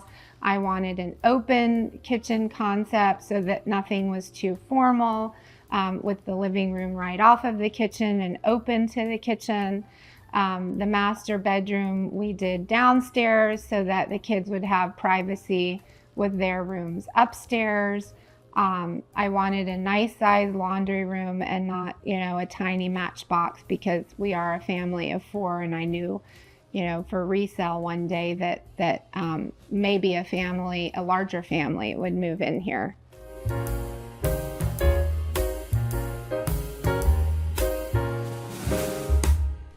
So now we're coming into our main family room, and in here, again, I wanted to carry the neutral theme with all the gray and white and the highlights of black lacquer. So the furnishings are predominantly neutral, but the rug is this pale pink from actually the rug company. And I happened to find this fabric, which is now discontinued. It's an Hermes fabric on the front and the back. And I just thought it worked so well with the rug. The fireplace was designed by me, and also a company, Sabella Stone, who helped with the entry floors. And I just love the way the fireplace turned out. I feel like in all the homes that I do, I love having a center access point. And I think it really roots the room well. And it again has that very sort of classic sensibility. In the winter time, this is just sort of, you know, the hub of what we do with our dog and the kids, and everyone's just sort of huddled around the fire. Even in Dallas, where it's hot all the time, it actually gets cold in the winter. So behind the couch are 2 pieces of art by Michael O'Keefe, who's actually a sculptor, and I will show you later through the home as we get into the dining room. I have one of his sculptures that I'll point out, but these are actually drawings that he did as studies for some very large sculptures that he has completed. So it was very difficult to figure out what sort of art to put on this wallpaper, which I think envelops you as you're in the room. It's called clouds, actually nubes, which is it can be Italian, French. Nubes translates into many different languages, but Spanish, clouds. Anyway, it was very difficult to figure out what art to put in here, but when I landed on these, I thought they just were, you know, quiet but yet dramatic, and worked really well as another layered approach on top of the paper.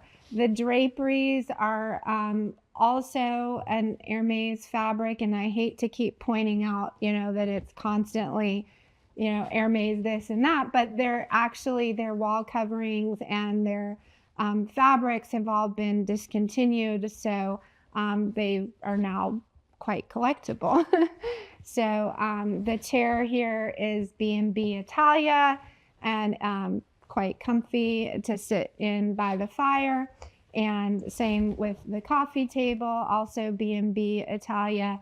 I love collecting various coffee table books, and those are constantly in rotation. I feel like they add so much to the space as you're layering in accessories and such.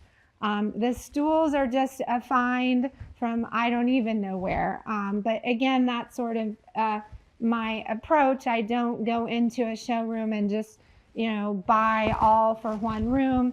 It's an evolved experience where over time things become collected and the spaces look more lived in rather than strictly decorated. So as we move toward this side of the family room, we see Penny outside, waiting to come in, so I'll let her in.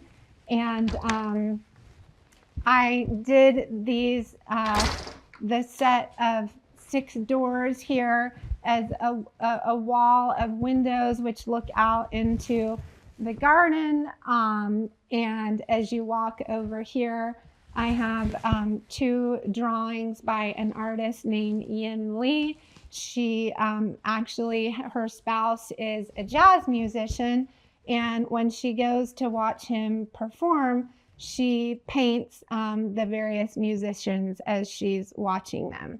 So I love jazz, I love classical music, and it's kind of fun to be able to collect things in that capacity as well. So the piano is a Steinway, and my daughter played in starting at the end of her 3rd grade year. She's now a freshman in college. She doesn't play anymore because she's very busy studying.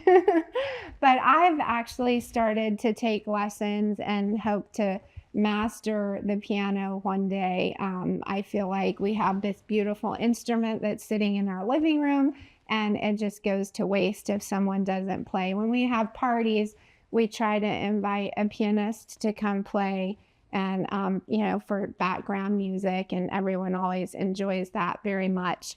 And on top of the piano, I've collected my family photos, which I love to rotate. It just makes me so happy on a daily basis to see, the kids from a young age. If you look just behind you, on this wall, there's a photograph from Magnum Photos. I've begun to collect a series of small archive prints or estate sign prints from Magnum Photos, and as we walk through the house, you'll see a variety of those. I hope to one day just have hundreds of them to where I can do a whole gallery wall full of the photographs. At the moment, they're spread through the house, but I've tried to frame everything in a similar way so I can create a grid of some sort one day. So again, always trying to do things over time. I think the homes that I decorate, and our home in particular, becomes better and better, every month, every year, as things continue to develop. So my personal style is very collected. I tend to like neutral tones, but I also like to incorporate a pop of color here and there for a surprise. And I very much like clean lines, but some, softer furnishings and draperies to sort of soften the aesthetics of what's happening contemporary-wise.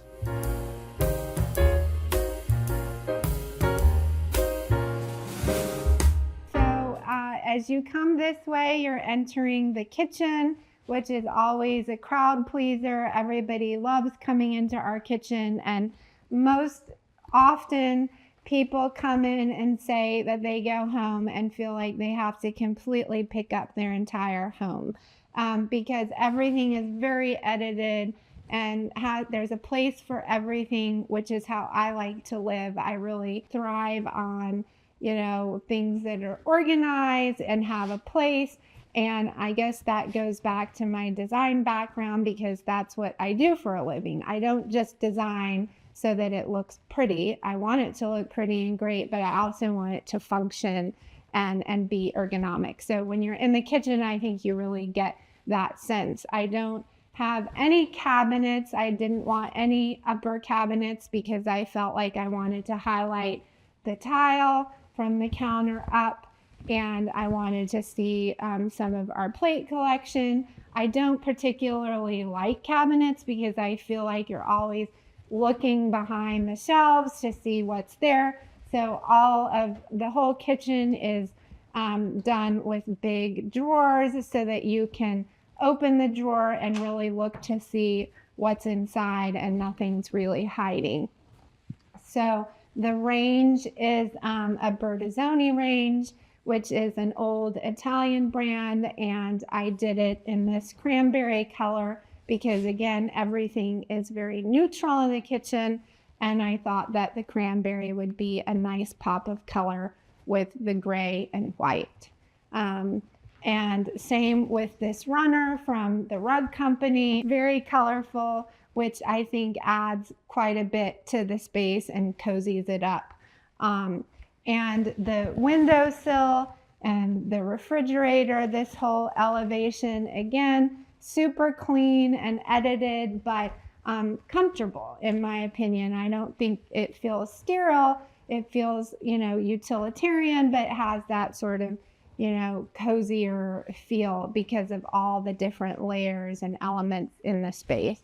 So here you have a banquette, and this is where we have our family dinners every night. Everybody loves sitting in a booth, and I think it really uses the space well without crowding into anything else. The artwork on the wall is by a photographer named Marjorie Salvatore.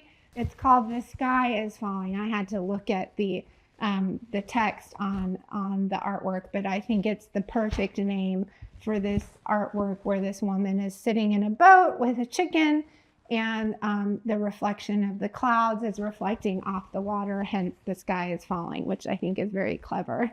And it's actually, anytime anyone is in the house, they adore this photograph. It's just kind of fun.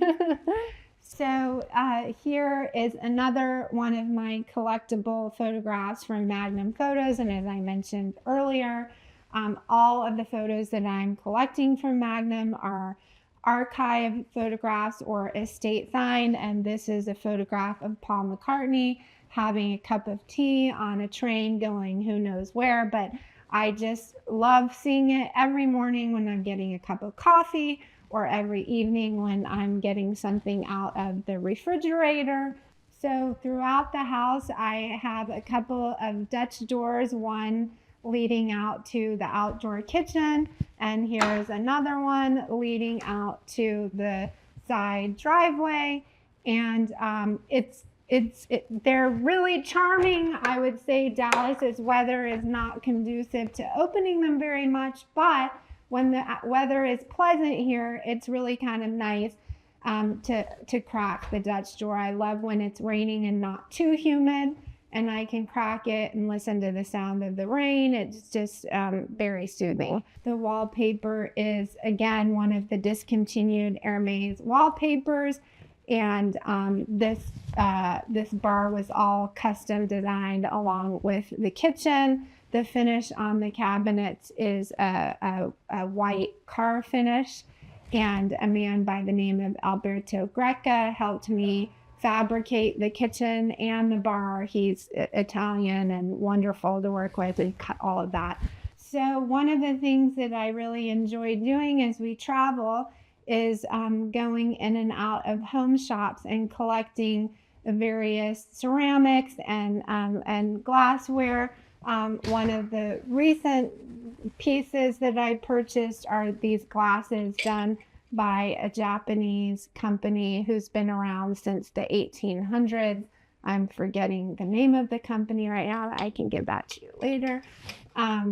Over here, these glasses are St. Louis, which we rarely use, but again, pretty collectible, and I love the color. Off the bar is my home office, and I have my collection of cookbooks, design books. They're tucked away in here, but they actually spill everywhere in the house because I love collecting books. The artwork is by Jim Pauza, who did the bird's nest in the entryway. And the rug is from the rug company. What I love most about my home is how it feels. I feel when you walk into the house, it's serene and clean and welcoming. And I love all the various details. I love when people come over, which is constant, and admire the things in our home and tell me how great they feel once they step inside.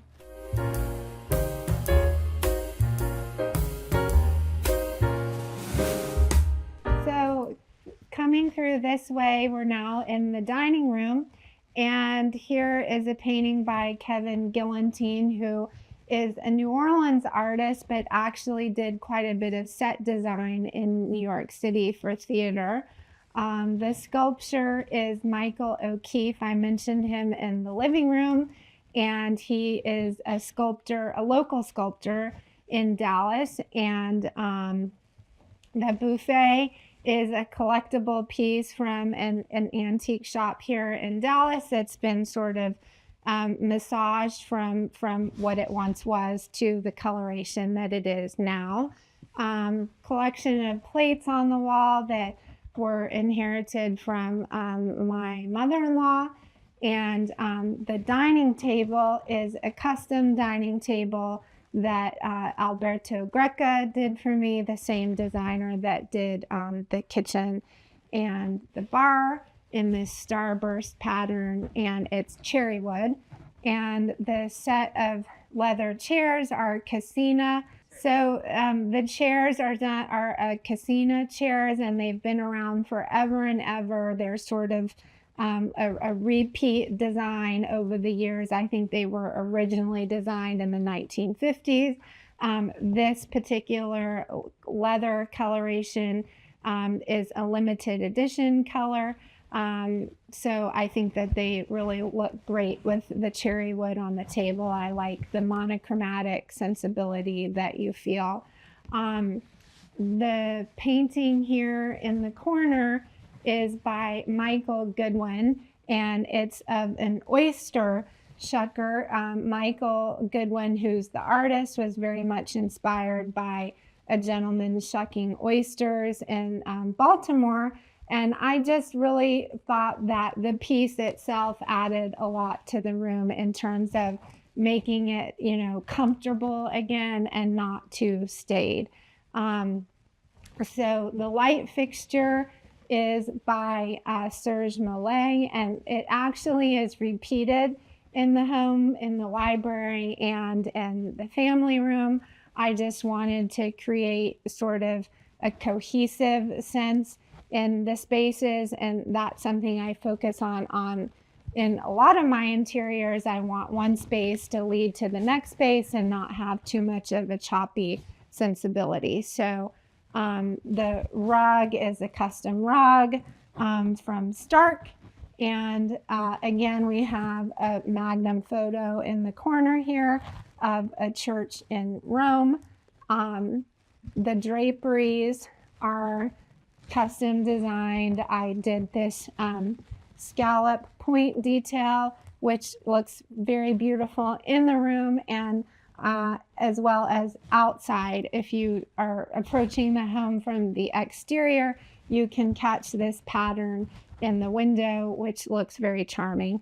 And the fabric is from CNC Milano. It's actually just their sheeting fabric, and I just love the way it drapes. So I've used this both in this room and in the library, which you will see momentarily.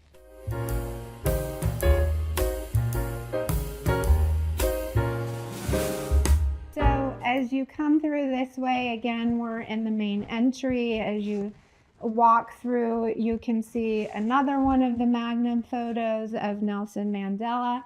And I just love the aesthetic of it. It just sort of catches you when you're walking by.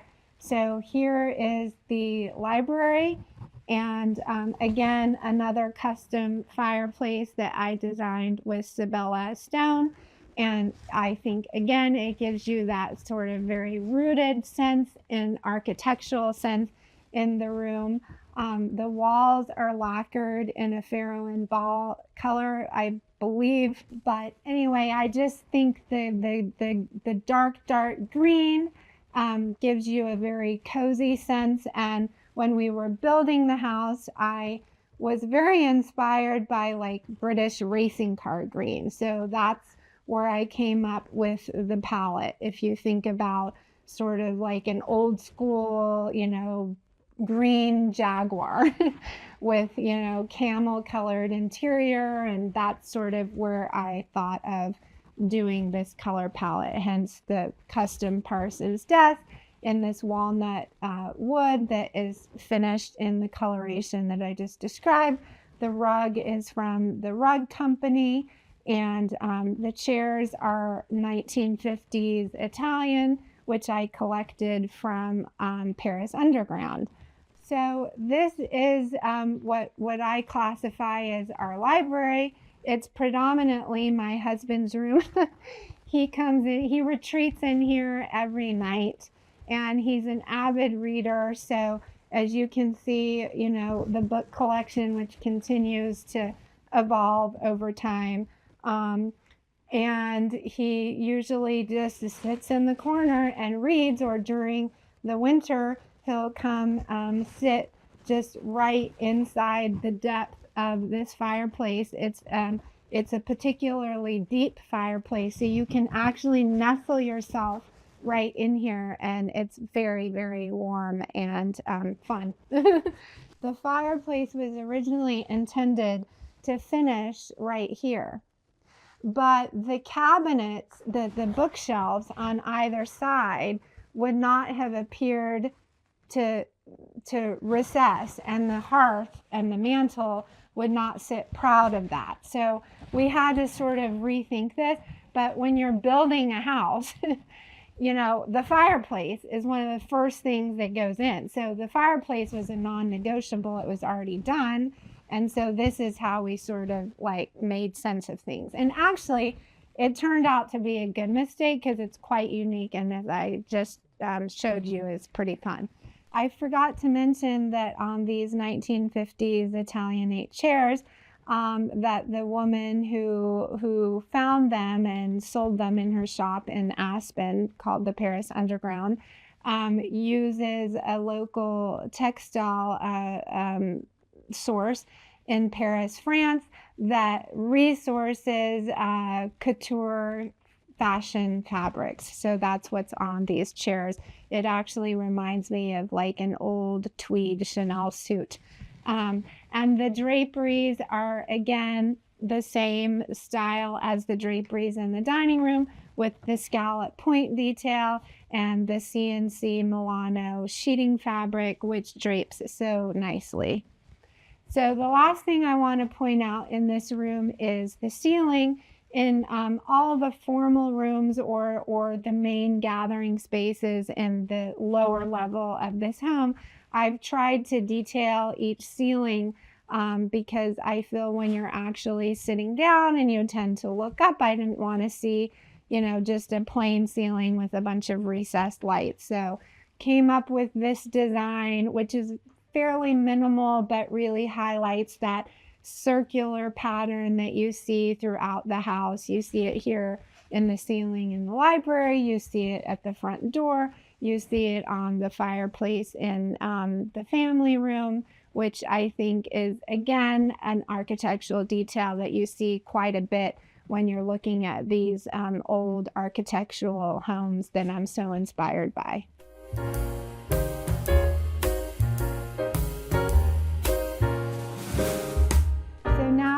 Go upstairs and I'll show you our fun places, primarily the game room. This handrail is all black lacquered. The hardware is PE Garin. And this is actually a piece of door hardware, but I wanted to do the finial accent on the staircase, and the front door hardware is also PE Garin, which is a beloved hardware source to many interior designers. So the runner is from the Rug Company, and it's one of their very first patterns. And I was a little scared at first using the intense sort of royal purple in the house. There's not really any purple highlighted elsewhere, but again, I think it reads more neutral because it's on the chocolate brown background, and it sort of blends into the coloration of the wood on the stairs. So here's another one of the Magnum photos of the first man landing on the moon. Again, you can see why I'm inspired by it. It's just sort of fun to see and very memorable, obviously. So as you walk down this way, you come to the landing, which is in between my children's rooms. And this space has evolved as well. I would say originally the kids had desks here on either side, and they started out doing, easy homework as toddlers.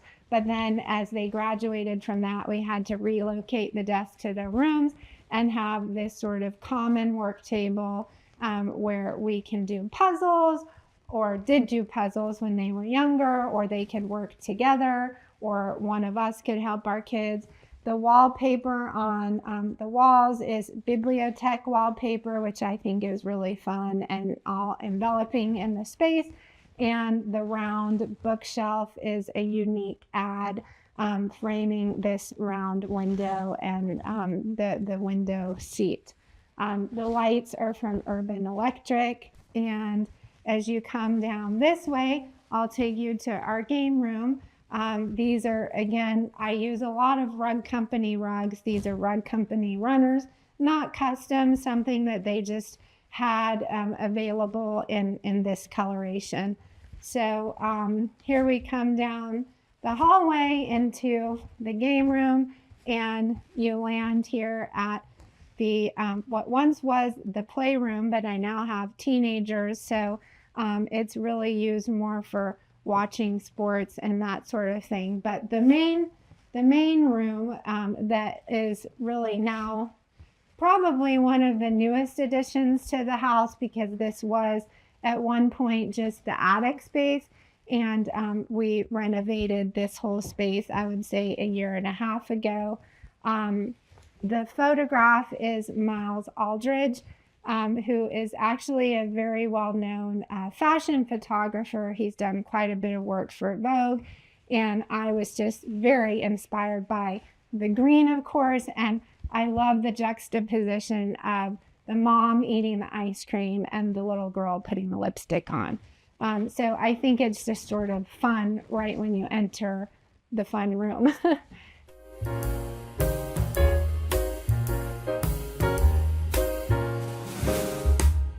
So as you come this way, this is our game room, pool table, ping pong table, a nice big TV for sports and such, great sound in here. And the kids come up here and hang out. We love to entertain with adults in here. I actually think the adults might have more fun than the kids in here sometimes.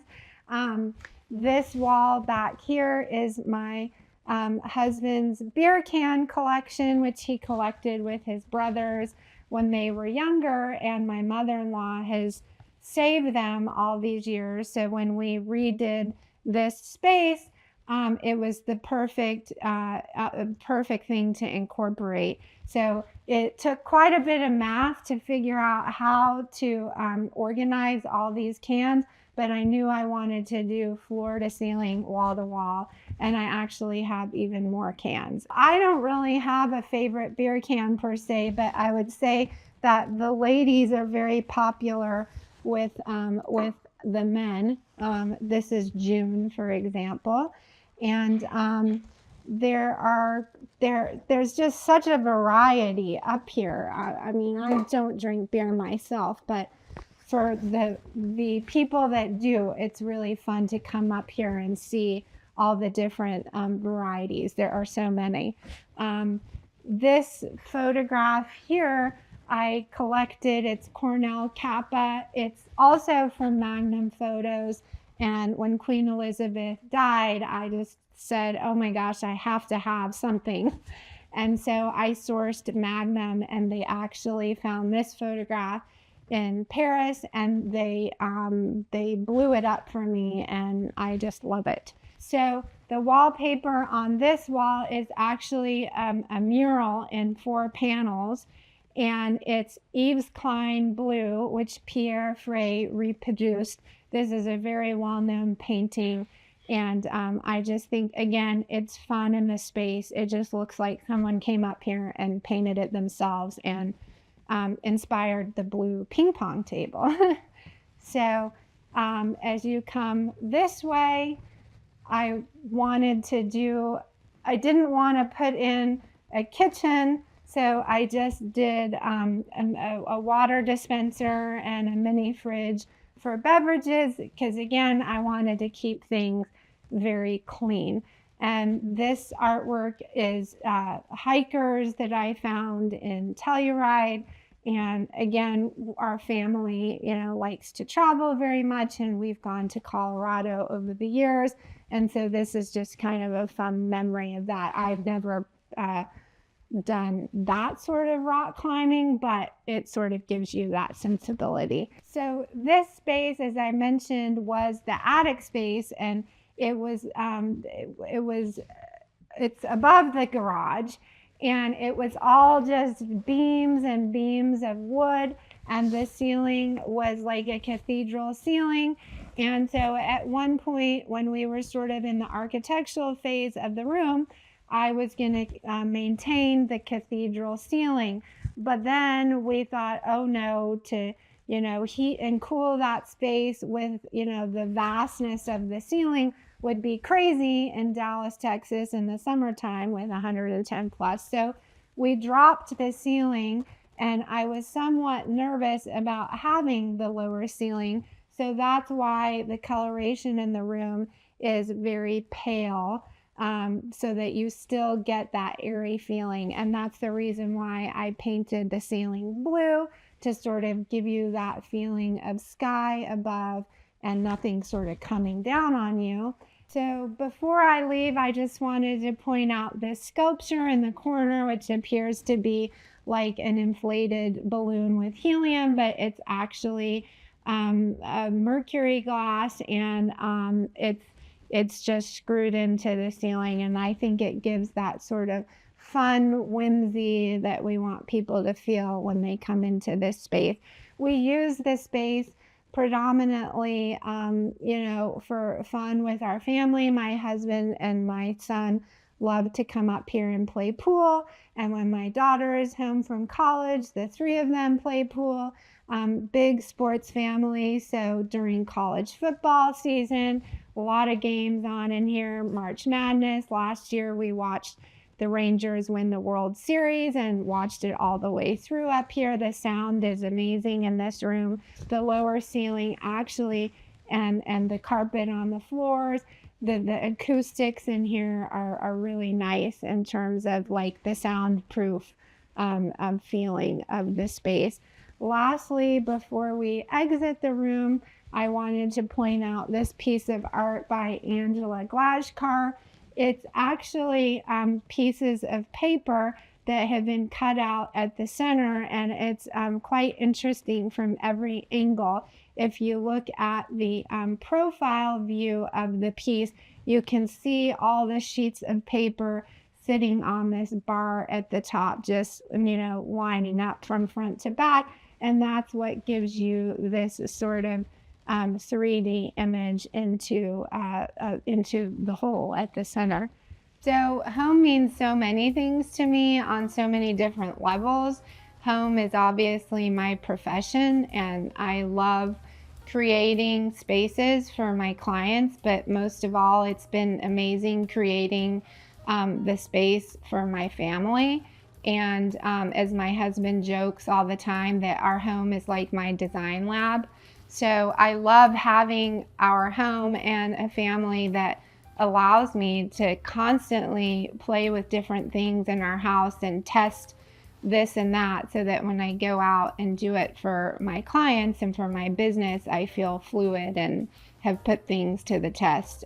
Thanks for watching. Be sure to go to homeworthy.com for exclusive content, shopping guides, and so much more.